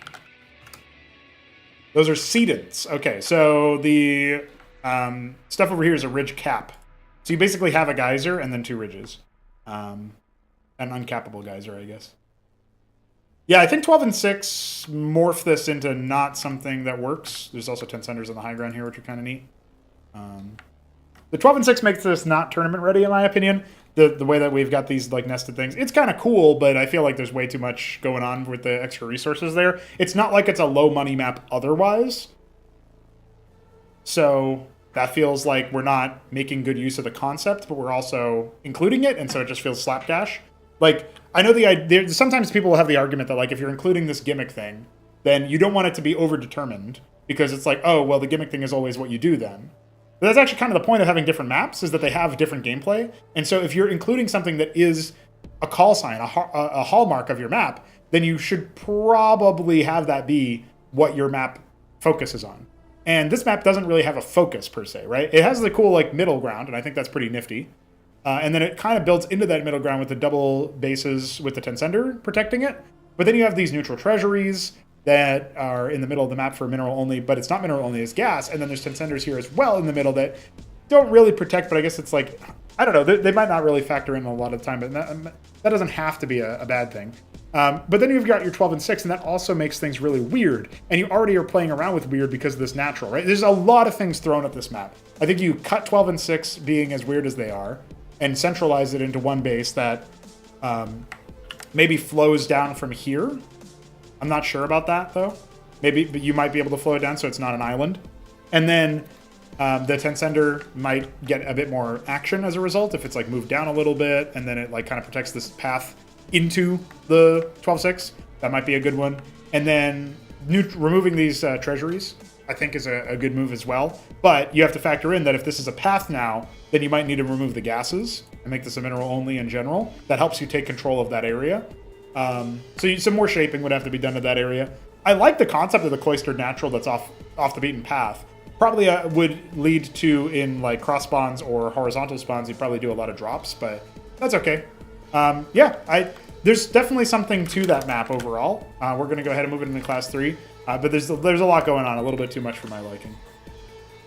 Okay, Maxium. This is a 4-spawn version of Axiom. We have Maximus now, so this is kind of surplus to requirements as a result. But is there anything particularly wrong with it? 12 and 6 have the neutral treasuries for mineral only. Yeah, it's a fairly standard map. I'm kind of feeling Cold Sweat vibes in the sense that, like, there's something missing here, but I don't really know what it is. Feels like the middle is pretty barren, even though it's obviously there for fighting.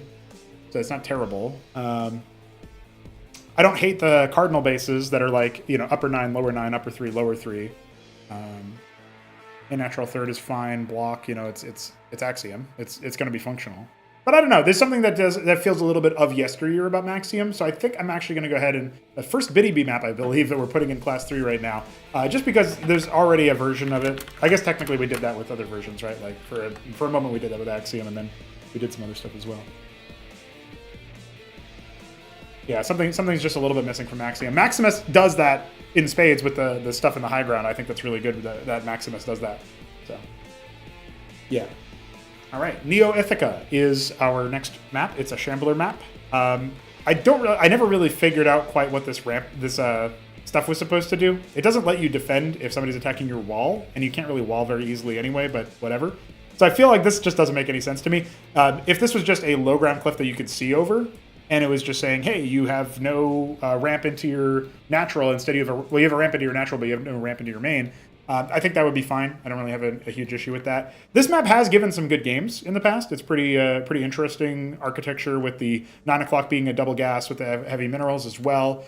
You have these bases at the, we'll call them 11 and 1. I think they're actually really, really well designed for a 2-spawn, cross-spawn situation. The map is cloned to the bottom left and bottom right because it's a 4-spawn. Yeah, there's not really that much that I complain about. I think I only really complain about this. So I think if this was knocked out, this would also, I would be fine putting it in class 2. And if it gets knocked out and then we upload it to class 0, then somebody's going to play it more, right? So for now, I'm going to put Neo Ithaca and Bloodbath, but it's really close. There's a lot of Shambler maps that are actually really close, I think. Paradise supported Dante's Peak, but it's really more of a reimagination by this point. A pretty nifty map. It's definitely had a lot of time to cook, but that doesn't mean it's bad. We've done that with a lot of maps, right? Is there something wrong with it right now? Does it have that same Cold Sweat vibe? I guess not really, right? The middle has a lot going on, and then you have these ramp bridges. So honestly, I think we can put this in standard bearers and just have it in the tank. All right, Starshore and Sepulcher. Neo Sepulcher had the same thing, obviously. This is a 4-spawn version of it. It came first before the 2-spawn version, as far as my memory tells me. I do think that Basilica, just like yesterday when I was talking about it on Neo Sepulcher, it's a trigger. It's not good. It doesn't work for me. But at the same time, if you knock that out, is there anything to complain about on this map? This is always one of the better Shambler maps, for sure. Double gas base with a ridge as well in the, so triple gas, 2.5 gas in the 3.9. Cool bases to take as, 11 and 1 and, comparable down the bottom. Nifty little pathway that's like a little side path that's really, really tight, but gives you some risk and reward. Arguable that maybe you could like knock this out if you did this. Make it a little bit more flow, but like still have the crevices so you can't build there. I think that would be fine. Really tiny changes. This is really, this feels criminal because all I would need to do is enable all of this symmetry and then do that. And it's like the map's ready. So 11 mineral fields and then hat. 7. That's 8, but I selected the town center marker. 7. Okay, well, we're good now. Shambler fixed it. Okay, dog? Yeah. I think besides the Shambler wall, as BDB called it, we can put that into standard bearers and just have it be something that gets adjusted. I guess I don't know. If Shambler consents to me just removing the wall, then I'll go ahead and do that. So if he's not in the chat anymore, I'll DM him later. And I'll just keep this map open for now. All right, last 2 maps here, Stillwater and Tesseract. This should be quick. Stillwater is a port of Highwater. It's a reimagination or re-rendition of it. It is a 4-spawn map. It's not really a port, actually. Highwater is a map that I made a long time ago. You got your main. It's like inspired by or whatever. You come down the ramp, decent distance. It's not that big of a deal. Into your natural, right? There's some airspace over here, but you can build stuff over here. It shouldn't be too bad. This is like Patadia airspace, right? It's not that big of a deal. People are kind of used to that. You flow into your 12 o'clock. Obviously, there's no decoration on this map, really, so that's something that needs to be taken care of. But you flow into your 12 o'clock, which is kind of a contested third between horizontal spawns. And if you spawn horizontally, you might want to blow up these add-ons to unlock the map down here. I didn't test pathing on this map too exhaustively, so I'm sure this kind of screws stuff up similar to like how Gilded Wall had that thing where it needed some adjustments. But I think there's something kind of cool about it. Ancient map? Highwater is an ancient map. The Stillwater is a port of that, so I guess so. It's spiritually ancient. Spiritual boomer. So you got your main, natural, contested third. And then down here you have some... I think these are kind of nifty stuff in the middle. The low ground bases that obviously you can heckle from this. The Raised Jungle splits this.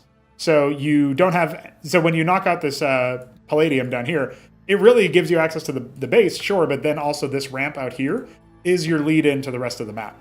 I do think there's something to what this layout achieves that's pretty nifty.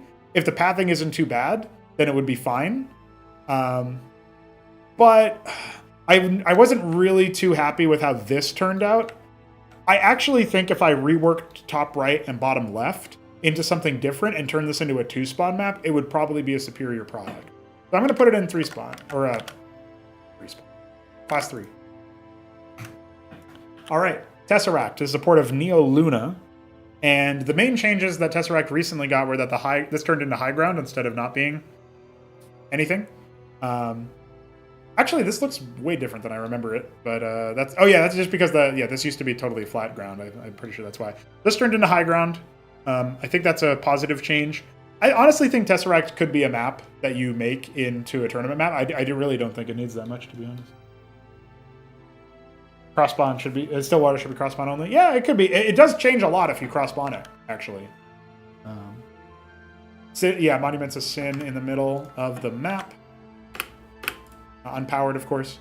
Yeah, I mean, this map seems fine. It's not even really trying that much weird stuff. I guess you can go put it in worth a shot for now, but it's a little bit odd. All right, we have done it. We have organized class 2, and look at that. It's only been like an hour and a half or whatever since I've started streaming. Let me check. Yeah, almost an hour and a half of map review. I can't help myself. So we're looking at class 1. I'm going to take Acid Test. For sure. So yeah, let's first of all we count our maps. 25 maps. We need to knock 10 of them out because we can't have this many maps in Class 1. Not because they're not, as I've established, Class 2 is also tournament ready. It's like overflow, like at any point they could come back. So when I move these maps down, it's not because they're not good enough, it's because they've had a chance. Acid Test is one such map. It's going to go into Worth a Shot. I think it's totally valid and fine, and I did make some cool changes to the 3 o'clock base that I would love to see play tested and enjoyed a little bit, because I think they'd be pretty good. But fundamentally, this is a nifty map. It's a port of Litmus. Litmus didn't end up working out very well in StarCraft 1, but in Cosmonarchy, I think Acid Test was fine. It's maybe a little bit, boring in some places, but it'll be okay. It'll be acceptable. I think it's totally valid. So I'm going to go ahead and put that in Class 2. Let's go ahead and open this up and say, what do we call? Map pool changes, 29 July. Almost said July, which is like Jujic. All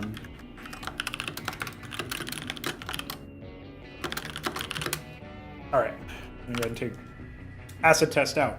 Battle Spectre is now should be considered a 2-spawn map, and probably always should have been, but I was a bit silly, so I called it 4-spawn, or maybe it was originally called that, whatever.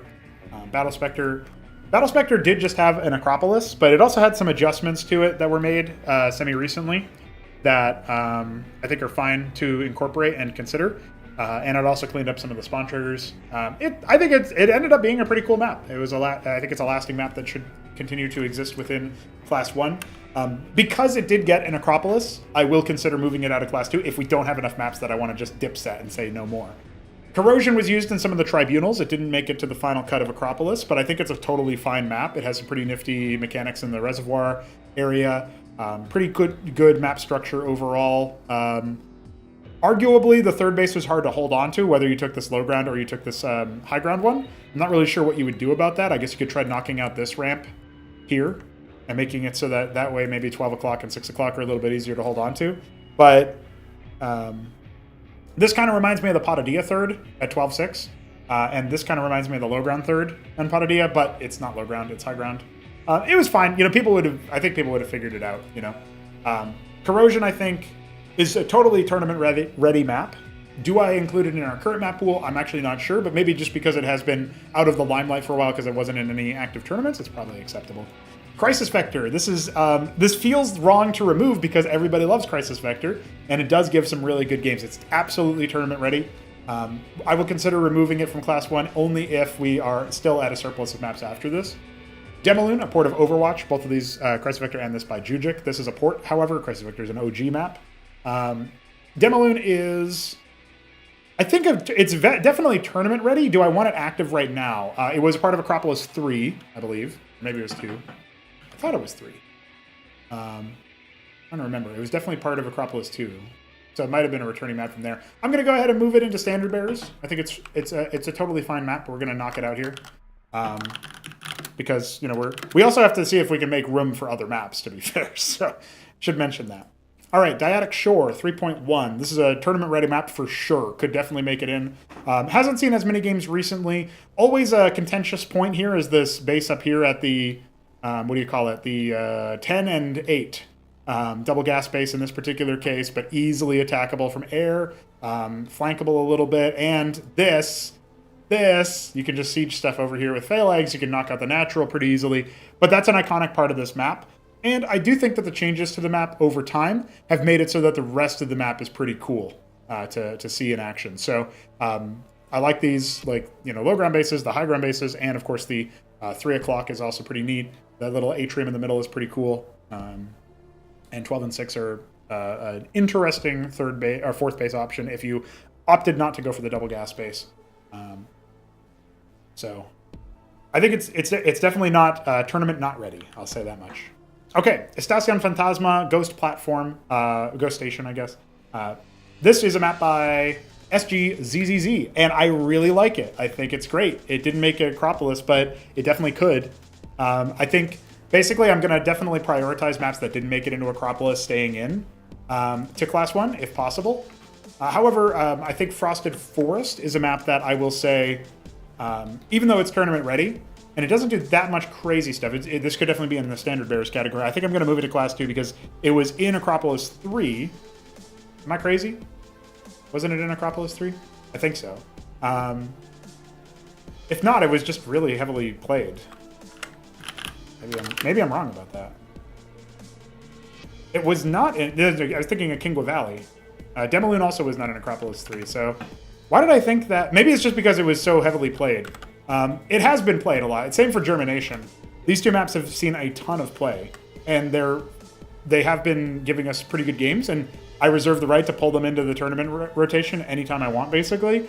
But I think both of these could be, phased out in favor of some of the newer maps.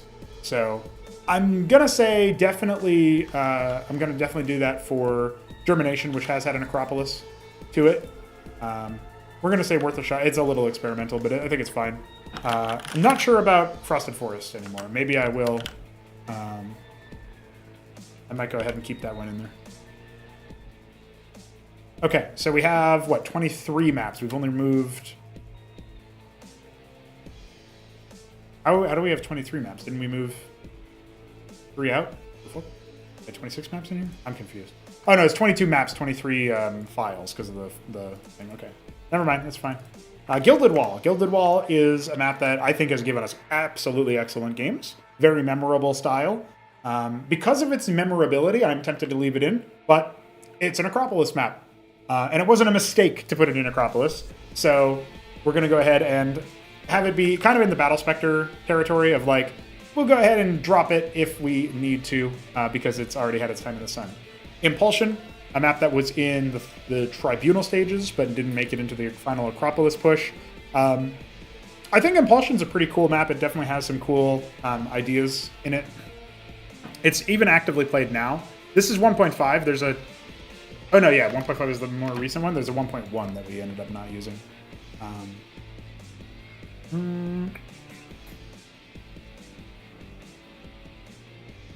It's still actively played now, so I think it's probably acceptable to put it in, to keep it in there for now. Maybe it'll make another rotation. But it's in the zeitgeist of people. Like, it's fine to keep it in for now, I think. Despite the fact that it didn't have an Acropolis, it had a Tribunal stage, but it's been around for a little bit. But I kind of think of Impulsion in the same way I think of Crisis Vector. Like, it's definitely had its time, but people still like playing on it. So it'll be okay to keep in. Also, you got to remember that as maps get culled out of Class 1, there will be more games played on each individual Class 1 map because there's less Class 1 maps overall. So we're going to be able to, test that in the same way. Macroglia. So this is a map that was in Acropolis 4. Definitely gave us some pretty cool maps, pretty cool ideas. When I was talking to Biddy about Macroglia, I was like, I really like this map. And he's like, I'm not so sure. It's very good. So I feel like my judgment was correct at the end of the day. It gave us some very cool games. I am tempted to think about, sending it over to Class 2, but I think it was fine. Magnetron has been around for a little bit of time, and the mineral onlys have definitely caused some consternation, but no map plays like Magnetron, damn it. Magnetron is the only map that plays like itself. I really like the way that it ended up turning out for the Acropolis games. I think it led to some really cool stuff. I'm okay with moving it to Class 2 and putting it into the worth a shot tier, or categorization. And so I will do that. I will take that sacrifice myself. But I thought it was a really cool map. It definitely gave us a lot of cool stuff in it. All right, up next we have Macroglia. No, it's Monazite. Monazite has been adjusted. There's been some adjustments to this map. I don't know what they are, so don't ask me. Maybe this is different now. This is like an Omni ramp or whatever. Kind of funky looking ramps. Yeah, maybe that's different. That doesn't look familiar.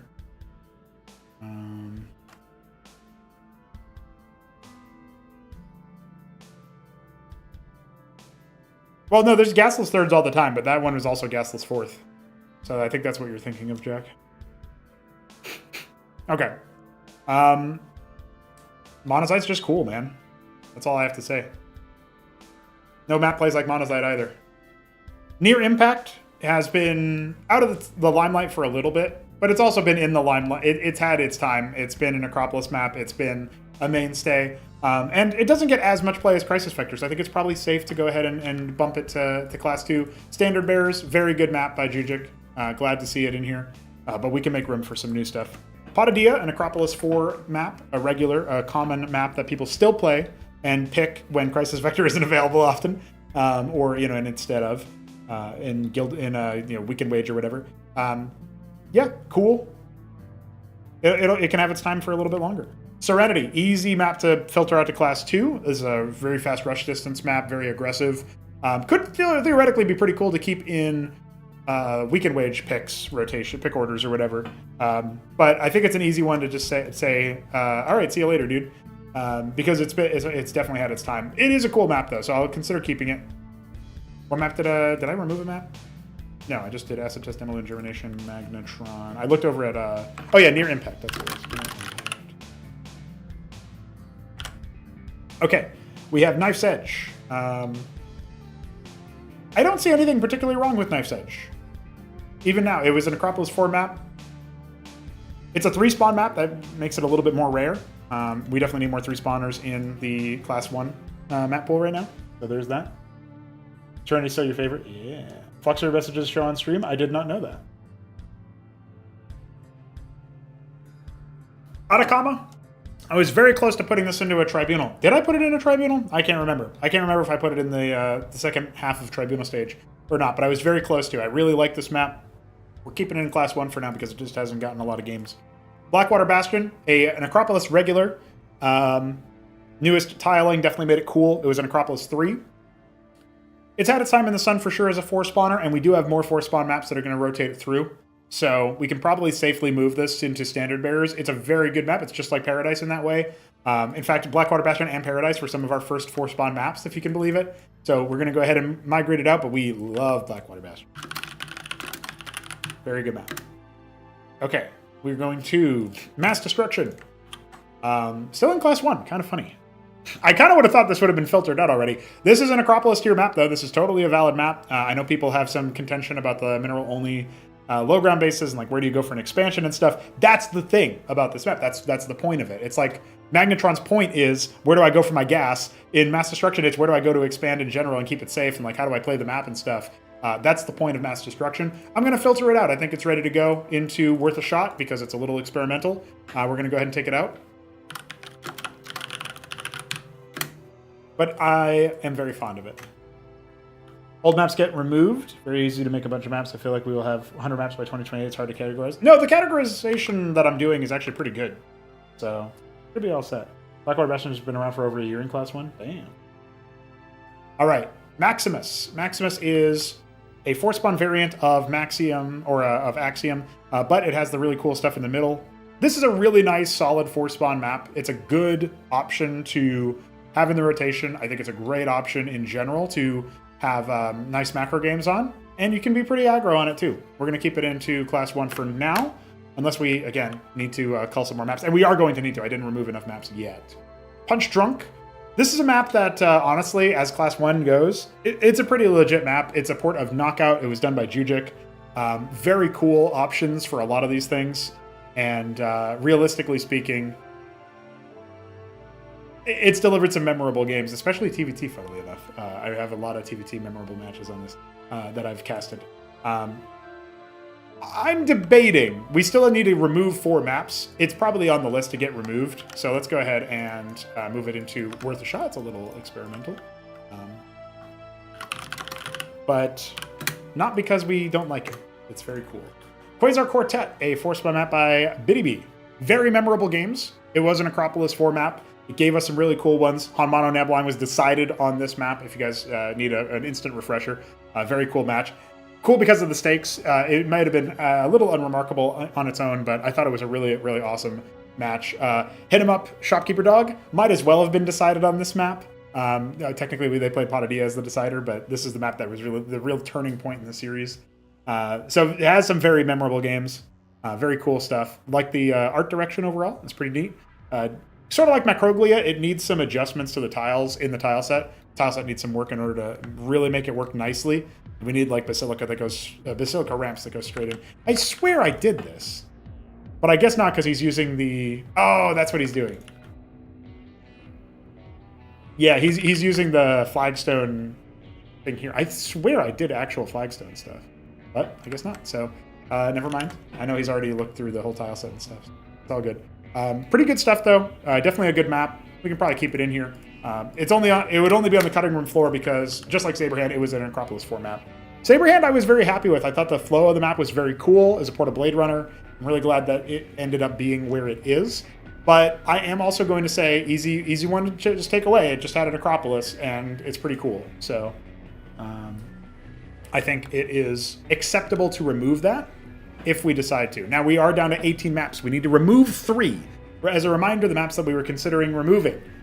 Technically Battle Spectre, but I'd like to keep it in there if possible. Technically Crisis Vector, but same thing. I'd like to keep it in there if possible. I think we will go ahead and knock Frosted Forest off. I don't think it's... I don't think it needs to remain in here, but it will be in the Standard Bearers folder. I think it's totally valid as a map. Very tournament ready. Easily could return for Acropolis 5 or something else.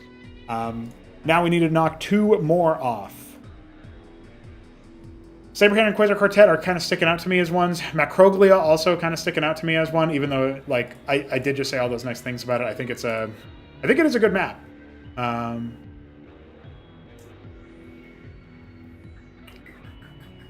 I don't know. I'm thinking about it from the perspective of... So Knife's Edge, I wouldn't mind moving to Class 2 as well, but we need more 3-spot maps, and at some point we're going to migrate some stuff over from Class 0, right? That's like one of the major contentions that I have here, is we definitely need some Class 0 stuff. So... Is there a particular reason you aren't just using the ASL maps? Ancient Scion, there's not enough ASL maps. That's why. But yeah, a lot of ASL maps do get ported. Like Punch Drunk was Knockout. That's something that we just migrated out. The reason why is because we've got mappers that make really kick-ass maps. That's like the short answer. We've got so many maps that aren't ASL maps that end up being really good. We had 2 StarCraft 2 map ports in the last Acropolis that made really cool games, Gilded Wall and Magnetron. If you look at the map pool we had, so Gilded Wall, StarCraft 2 map port, Macroglia, original map, Magnetron, StarCraft 2 map port, Monazite, original map, Potadia, original map, Frozen Sylphid, that's Neo Sylphid and Ice, that's ASL map if you want to call it that, it's StarCraft 1 map, Knife's Edge, Dominator port, that's a StarCraft 1 map, Battle Spectre, original map, Quasar Quartet, original map, Saberhand, it is Blade Runner, that is a StarCraft 1 map port. So, you know, we have more original maps than not, but we do have a lot of ports. If you think about it, it's like 1, 2... 3, 4, 5. So half of the maps were ports from StarCraft 1 or StarCraft 2, and the other half were original maps. And I think that's kind of been true of all of the maps, if you look at the map pools in general.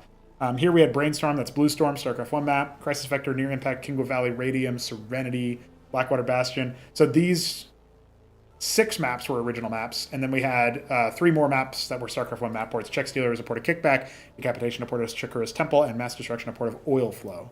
So that's an example from our last Acropolis before this one. I watch ASL every season. I watch our Artosis cast every day. So I'm definitely clued into StarCraft 1 stuff.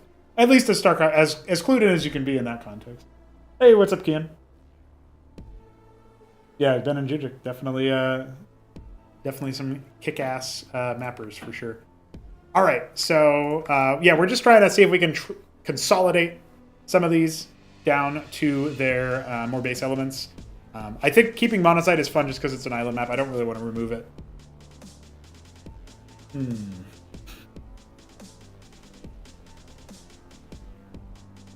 All right, I think we're going to go ahead and knock out these. Well, the problem is there's a lot of 2-spawn maps. We should probably prioritize getting rid of some of those. Oh yeah, Serenity was the other one that's easy to pop off, right? So I think Macroglia and Serenity we can have go. Dyadic Shore I want to keep in because I think I'm leaning towards Dyadic Shore for Acropolis 5, but I don't really know. We might get a bunch of other really good maps. There's a bunch of maps that are in our spot right now that are really good. Oh man, if I remove Crisis Vector, I feel like I should also remove Potadia just because they're like hand in glove, you know what I mean? But maybe not. Maybe there's logic to keeping some of them in. Well, we can at least knock Macroglia and Serenity down to Class 2. They're really, really neat maps. Serenity's going to be going into Worth a Shot, and Macroglia to Standard Bearers. That's because Serenity's very close rush distance. We probably need to take any further cuts have to come out of the 2 spawners. Yeah,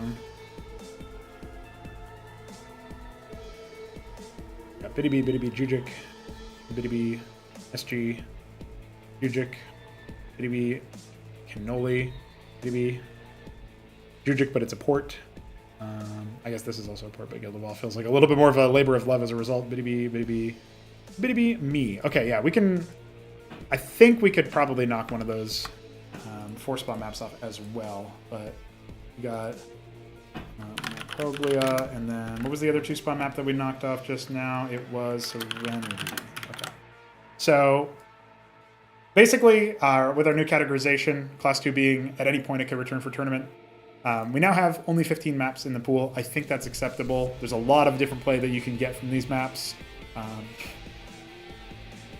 think that's pretty good.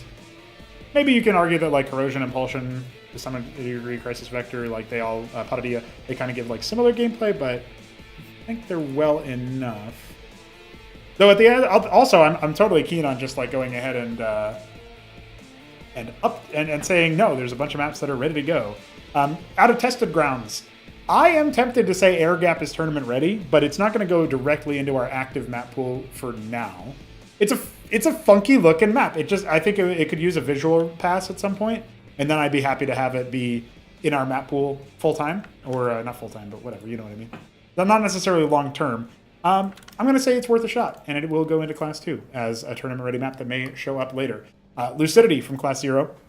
We're going to say, man, this is a map I would actually like to put into Class 1 right now. I think it has a lot of compelling ideas. The main natural, like the whole flow of the map is really cool. I like taking the space to try to secure the middle a little bit, but then you can get flanked almost Axiom style. I think it's like, it feels Axiom but on its side, which is not what it originally was, but that's just kind of what it feels like. The gas bases on the high ground at, I guess you could call it like 1 and 7 are pretty nifty too. Yeah, I would like to move this into Class 1. I don't know what map it's going to replace yet. Water Spirit. This is a Battle Spectre variant. I think if we're going to put Water Spirit in, we probably have to take Battle Spectre out, even though they give different games because of the forced cross-spawn nature of Battle Spectre, but the layout is just way too similar. So we might consider moving Battle Spectre to Class 2, standard bearers, and then have Water Spirit be a new 2-spawn version of it that's always top left, bottom right. I think I'd be okay with that, actually. Very similar layout. Island in the top right that has a natural, too, is kind of nifty. Yeah, I mean, I don't really hate it. Because technically there's multiple islands. So you get like 4 base on the low ground, right? I think this could be really cool, actually, yeah. So I think these 2 are definitely going into our Class 1, but we need to knock Battle Spectre out to Class 2 Standard Bearers, and then let's go to here and say Battle Spectre. In from Class 0 is Lucidity, Water Spirit. But what do we do to get rid of another map so that we don't have 16 maps here? Do we knock Patadilla out because it was an Acropolis 4 map? Does Lucidity feel like a good replacement for that map? I don't know if it does. I guess you could argue it's a good replacement for Dyadic Shore because of the tile set, but Dyadic Shore didn't have a time there, so I don't know if I want to flop that immediately. I feel like it's either like Impulsion or Patadilla right now. Yeah, maybe we go ahead and say Patadilla can go to Standard Bearers. It is a very standard, like, valuable standard map. I think that's totally valid. All right, Boscovan did get a lot of games. But what do I feel about Boscovan? The double gas over here at the, like, 10-4 location is kind of neat. A lot of airspace in the top right, bottom left, but it's not necessarily a really big deal. Easy drop into the natural for sure, but that's, like, kind of true of a bunch of maps. Man, this actually reminds me of... What's that map that Veek made? It was like The Sanctuary? Something like that? Was that it?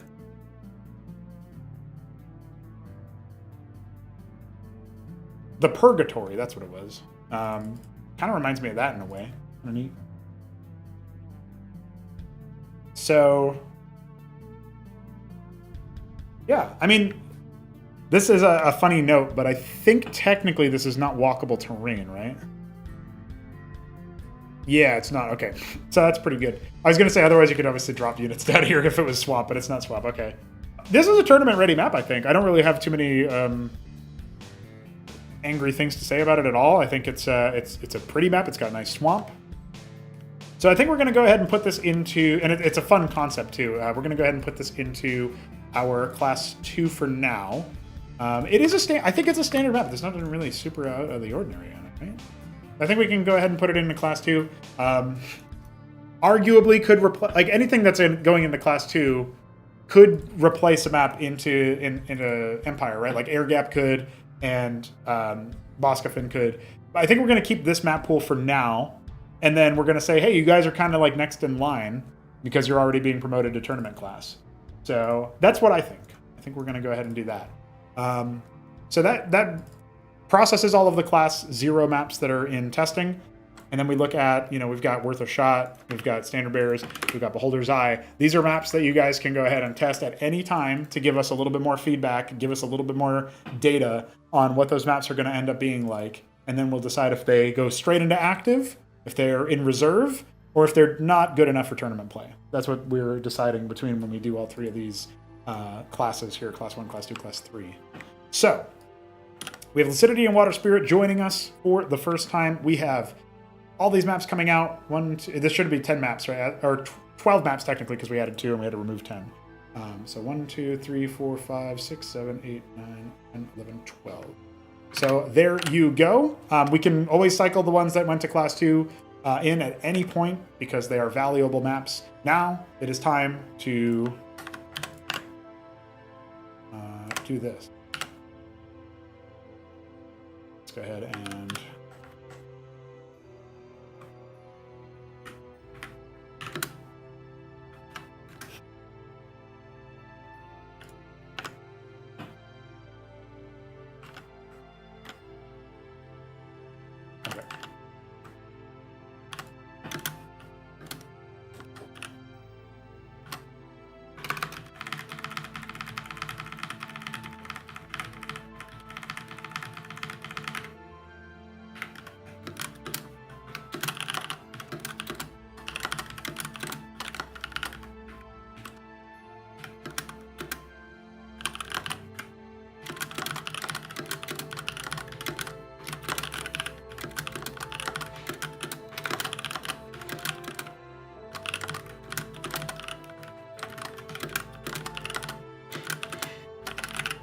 So we don't really have a large number of 3-spawn or 4-spawn maps. Before our next weekend wage on the 8th, I will be promoting some 3-spawn maps up, either from class 2 or from class 0. And also some 4-spawners, probably. We have 4 4-spawns, only 1 3-spawn, and then whopping 9 2-spawn maps. So we are going to be filtering some of these 2-spawns out. Candidates for 2-spawn filtering from this point onward, before the next weekend wage. Crisis Vector, Impulsion. Those are like the 2 big ones that immediately come to mind. Corrosion and Dyadic Shore, I feel like they could use a little bit more time to confirm, but I guess Corrosion did have the Tribunal, so maybe that we can also say that that's a candidate. As far as the 4-spawn side of things goes, we probably want to filter out Quasar and Saberhand at some point because they were Acropolis 4 maps. And then Knife's Edge could be filtered out as it was an Acropolis 4 map, but we're going to be replacing some 2-spawns with 3-spawns. So like, we're probably going to have 3 3-spawn maps, 4 4-spawn maps, and then that makes it 7. So out of 15 maps, you'll have 8 2-spawn maps. I think that's a fine, we might do a little bit less 2-spawn maps or whatever, but I think that would be, oh no, that wouldn't make any sense, right? It would be out of 7, yeah, that should be 8. That's weird. This is only 5 maps. Oh, we're missing a map. What are we missing? 1, 2, 3, 4, 5, 6, 7, 8, 9, 10. We are missing a map, ladies and gentlemen. What map did we accidentally take out? I guess we took out 1 too many maps. What the hell? 1, 2, 5, 6, 7. No, we only took 12 out, so I'm really confused. I made some math mistakes, apparently. So if I were to pop this into our current 1v1 Empire, just delete this and put this in here. Yeah.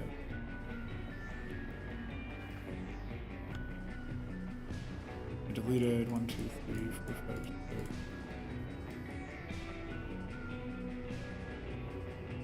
Oh, okay. We took one extra map out. No, that doesn't really make sense. I guess maybe my removal was based on my own class 1 folder, and that's not actually what was synced with the rest of the people. So it's going to be a little bit confusing, but that's fine. We don't really need to worry about that. That just means that we need one more map. Do we take Boscafin? Do we take... what was the other one? Air Gap? Should we put Air Gap in? I feel like it needs a little bit of visual fluff. That's my feeling right now. I feel like it could use some visual improvement. So, I guess we could put Axiom 2.0 in just for the sake of it, but I don't know. It is we already have a couple of, like, we have a lot of standard maps, right? That's the thing is, like, I don't want the Empire to be subcategorized by the kind of map, because it's just accepted that these maps are the maps. They are the maps to enjoy. So when you're looking at it like this, I feel like you just have to be like, no, it's fine. This is what you got, you know? Whatever the maps are. But that being said, like Corrosion, standard. Crisis Vector, standard. Dyadic Shore, worth a shot. It's some custom. Estacion Phantasma, probably standard. It's very visually appealing. I don't think it does anything too out there. So I'm going to say standard. Gilded Wall, worth a shot. Impulsion, standard. Lucidity, standard. Monazite, Beholder's Eye. Water Spirit. I think it's worth a shot because it's so many bases. It's 6 of the 10 bases that you have, right? Or no, is it 4, 8, and then 6 of the... So you have 4 bases, and then for each part of the map, right? For each player, you have 4 bases that are ground, and then there's 3 bases that are air. So I think that makes it worth a shot. It's not quite standard. Knife's Edge, always kind of been standard, but maybe you could argue because of the main low ground, that's worth a shot. Atacama, probably standard. Maximus, standard. Quasar, standard. Saberhead, standard. Yeah, we have a lot of standard maps. We don't have a lot of, like, slightly experimental maps right now. So based on that, maybe we go into worth a shot in our folder currently, and we say, let's try some. We just cycled Acid Test out, so we're not going to put that back in. We just cycled Germination out. We're not going to put that back in. Same for Magnetron, Serenity. Do we want... Let's see. I don't want to put Rage Slave back in as a 3-spawner. I'm going to pick a 2-spawn map or a 4-spawn map, I think. And the 4 spawns here are Mass Destruction we just cycled out. Decapitation's pretty recent. Punch Drunk we just cycled out. Tesseract's pretty recent. I don't think we're going to do a 4-spawn map then. So it's between Air Gap, which I want visual updates for, Aegis, Spinal Tap, Typhon. Aegis, Spinal Tap, or Typhon. Guys, I did say Aegis is pretty cool, and I want to see it. What do we think? We could maybe cycle Aegis up as a 2-spawner. I think that would be pretty nifty. I would like to see it. I'd like to see it in Weekend Wage. I want to see somebody play Aegis in Weekend Wage, that's for sure. All right, I think we're doing that. Let's do Aegis 1.0 by Aegis. And this is 29 July.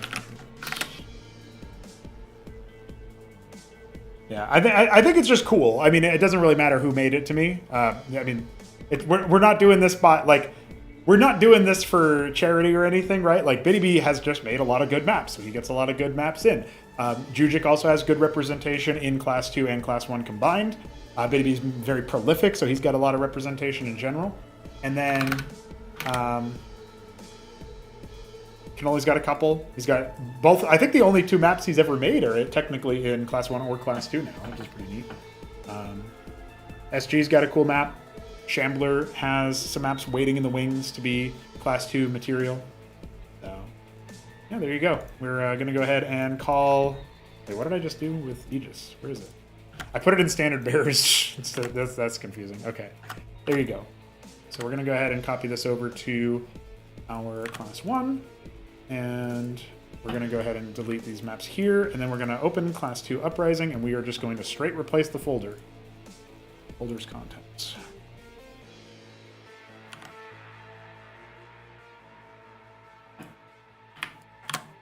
I guess we also have to replace the... We have to go into Bloodbath, and we have to kind of do this.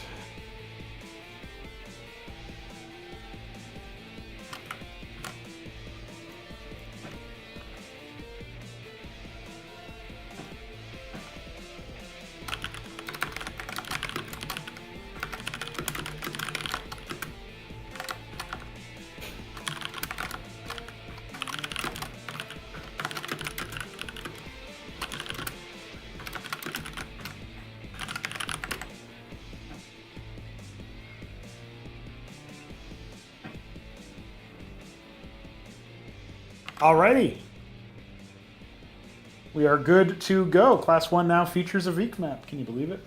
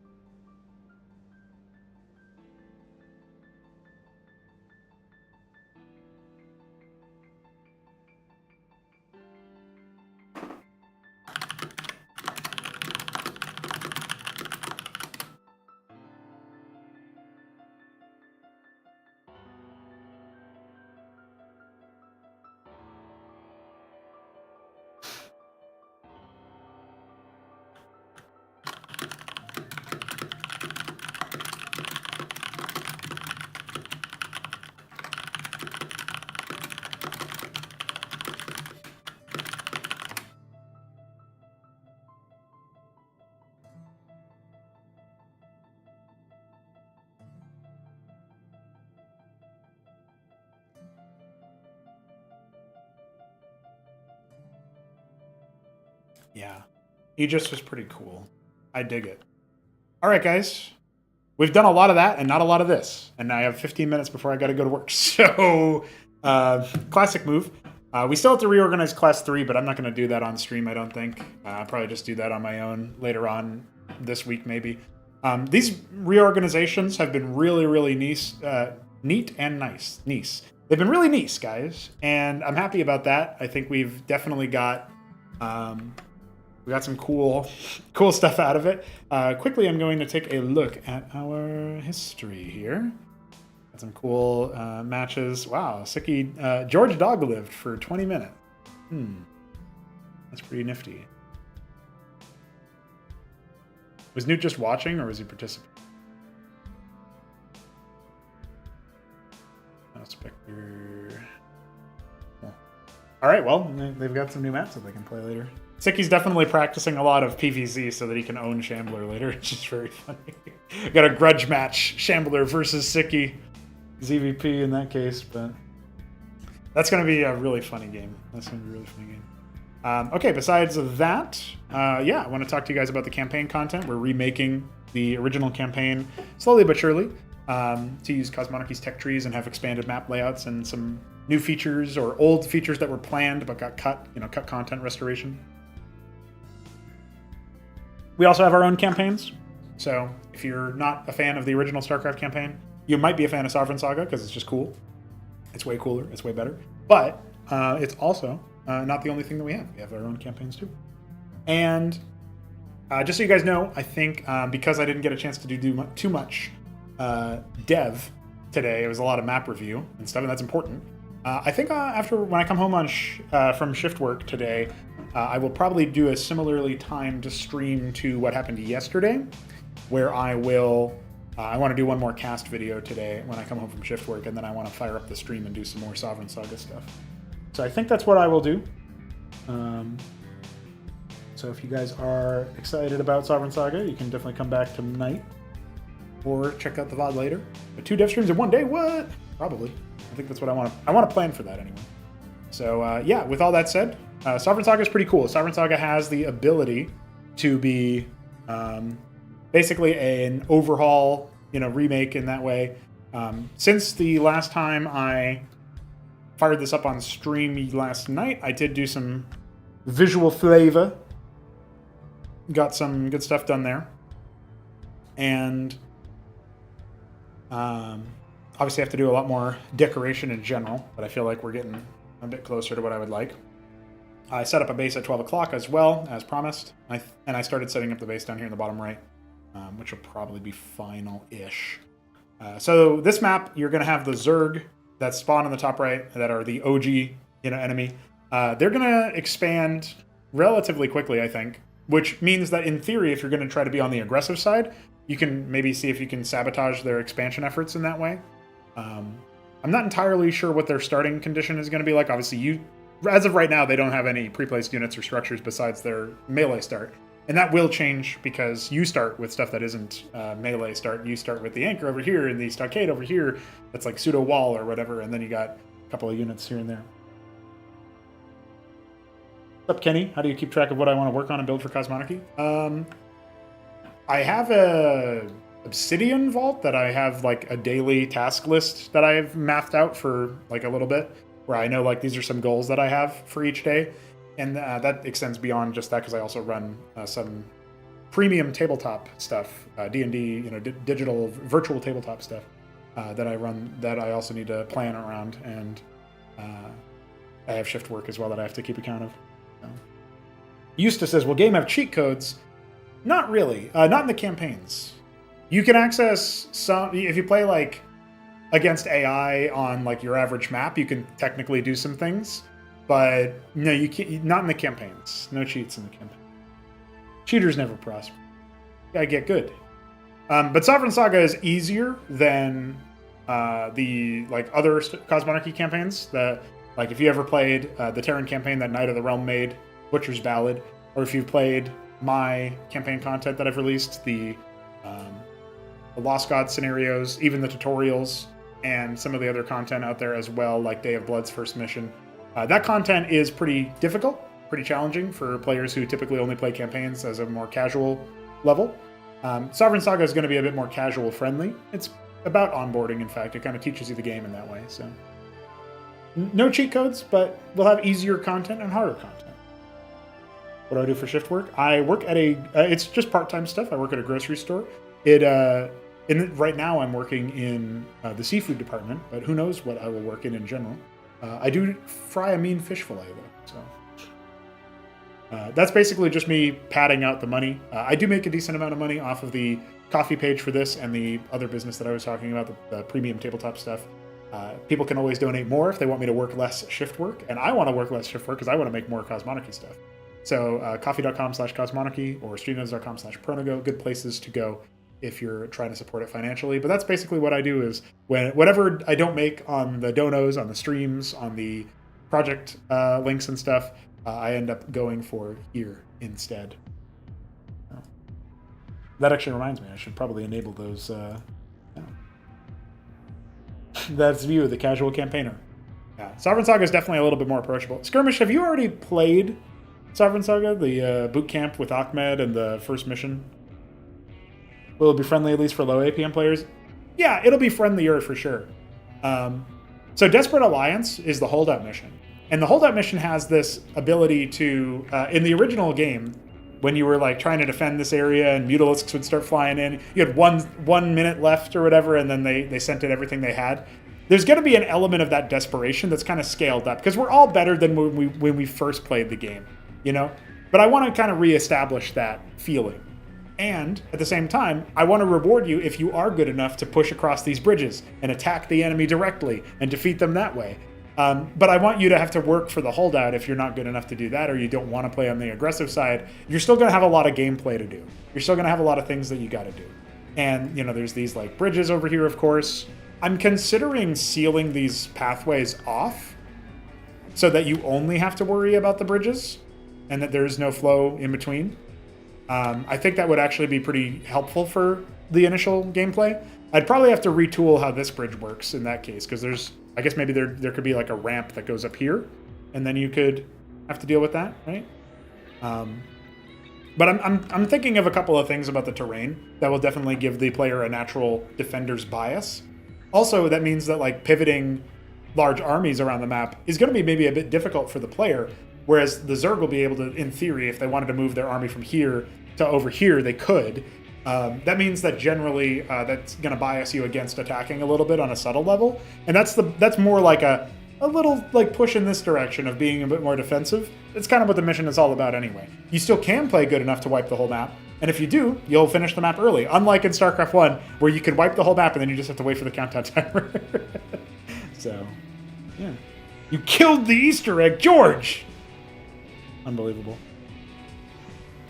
Yeah, Sovereign Saga is very cool. I like it. I think it came out really nicely. Yeah, so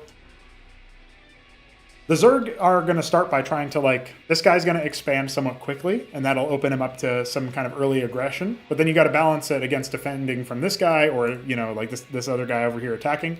When this guy expands, after he expands, he's going to pick what he does next. Is he going to expand over here and be a little bit more on the greedy tech side, where he's just going to build up a higher power army than the guy on the left, who's going to be more on the interference side, and then he's going to try to like wipe you with air units or something?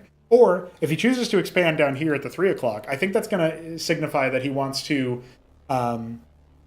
expand his reach elsewhere. He wants to go like down here in the bottom right and try to contain you, and, you know, like build static defense on the bridges and stuff, and then make it so that it's really hard for you to push out anywhere. And then like slowly constrict you in that way while taking more bases and eventually still teching up to the higher tier army, but just slower. This one's like more of a greed if he keeps to his own self. And if he goes outside of his sphere, it's because he's actually going to try to be more aggressive about it to confirm that he can be on the greedy side. Meanwhile, this guy, he's going to have a pretty stock standard expression. I think he's going to mostly go here. The only caveat is that he might expand down here to the bottom left early and then surprise you if you don't scout. And that's the way that way you teach players the ability to scout. And the reason why we have different styles, different build orders, different angles to approach, depending on the like randomness or whatever, like we randomly decide what the build order is when you start the game. That's because I want players to get kind of used to the idea that the AI does variable things, and you got to scout them a little bit. You got to figure out what they're doing. In the first mission, that's not really the case, because you're not really in a position to move around the map very easily. There's Zerg everywhere, but they're not very organized. Here's where they start getting a little bit more organized. They start coalescing. They start having an objective that isn't just, you know, take over the map and be, you know, and kind of go, like be a bit of a nuisance, but studying you. Now they're actively trying to kill you, and you got to deal with that. And so how are you, you know, like they've already won the war, so they're maybe always holding back a little bit or trying to be a little bit like, you know, testing their battle plans and their doctrines, if you will, their military doctrines. They're kind of like seeing how good their game plans are designed to defeat you in that way, in some way. So they maybe are still pulling a punch a little bit. And this is all like background narrative fluff, right? It's just like communicating that story through gameplay. The Zerg are almost toying with you, but in a way that's going to further their experimentations, further their purposes. It's not just because they're malevolent or whatever. Excuse me. So, with all that said, this is also going to help legitimize the beginning of the Zerg campaign, because at the beginning of the Zerg campaign, you're fighting against Terran and Protoss stragglers from the events of the Terran campaign. And by the point that you get to that point, the Confederate stragglers and the Protoss stragglers, they're probably pretty battle-hardened badasses that have survived a lot of conflicts against Zerg already. So for them to be attacking you, there's going to be legitimacy to that. They're not just a disorganized rabble group or whatever. They're going to be pretty legit enemies. So you're going to have to respect them in that way. That being said, it is the beginning of the campaign. I think the Confederates will be a little bit in disarray in the first mission, Among the Ruins, the Zerg mission, whenever I get to that. That will be a different look, because like they're a little bit ragtag. Maybe they're busy responding to like other Zerg threats or something. Maybe there's early Protoss sightings for the infighting or whatever. I'm not sure exactly what it'll look like. But for sure, it'll be a neat rendition of that particular concept. Oh my god, I got lunch on my kitchen counter! Pog? Lunch mentioned? Pog? I wasn't cooperating. What's the secret interaction? It's secret. You gotta figure it out. And what does U3 mean? It's secret. You gotta figure it out. Unbelievable. These people just think that they get to know what the secrets are. They're secrets for a reason. Don't worry. I have faith. You'll find out. So yeah, that's the end of my quick Sovereign Saga yap after all of the 1v1 map pool updates.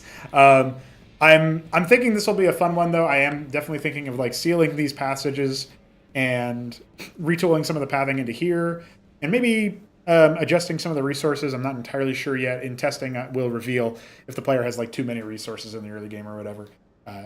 But I also want to make sure that the AI is pretty active. So tonight, when I get home, I will be spending some time, do a quick cast, and then I'll be doing a quick dev of this, where I'm working on the terrain that we just talked about, and start actually getting the AI into shape and working in a good way.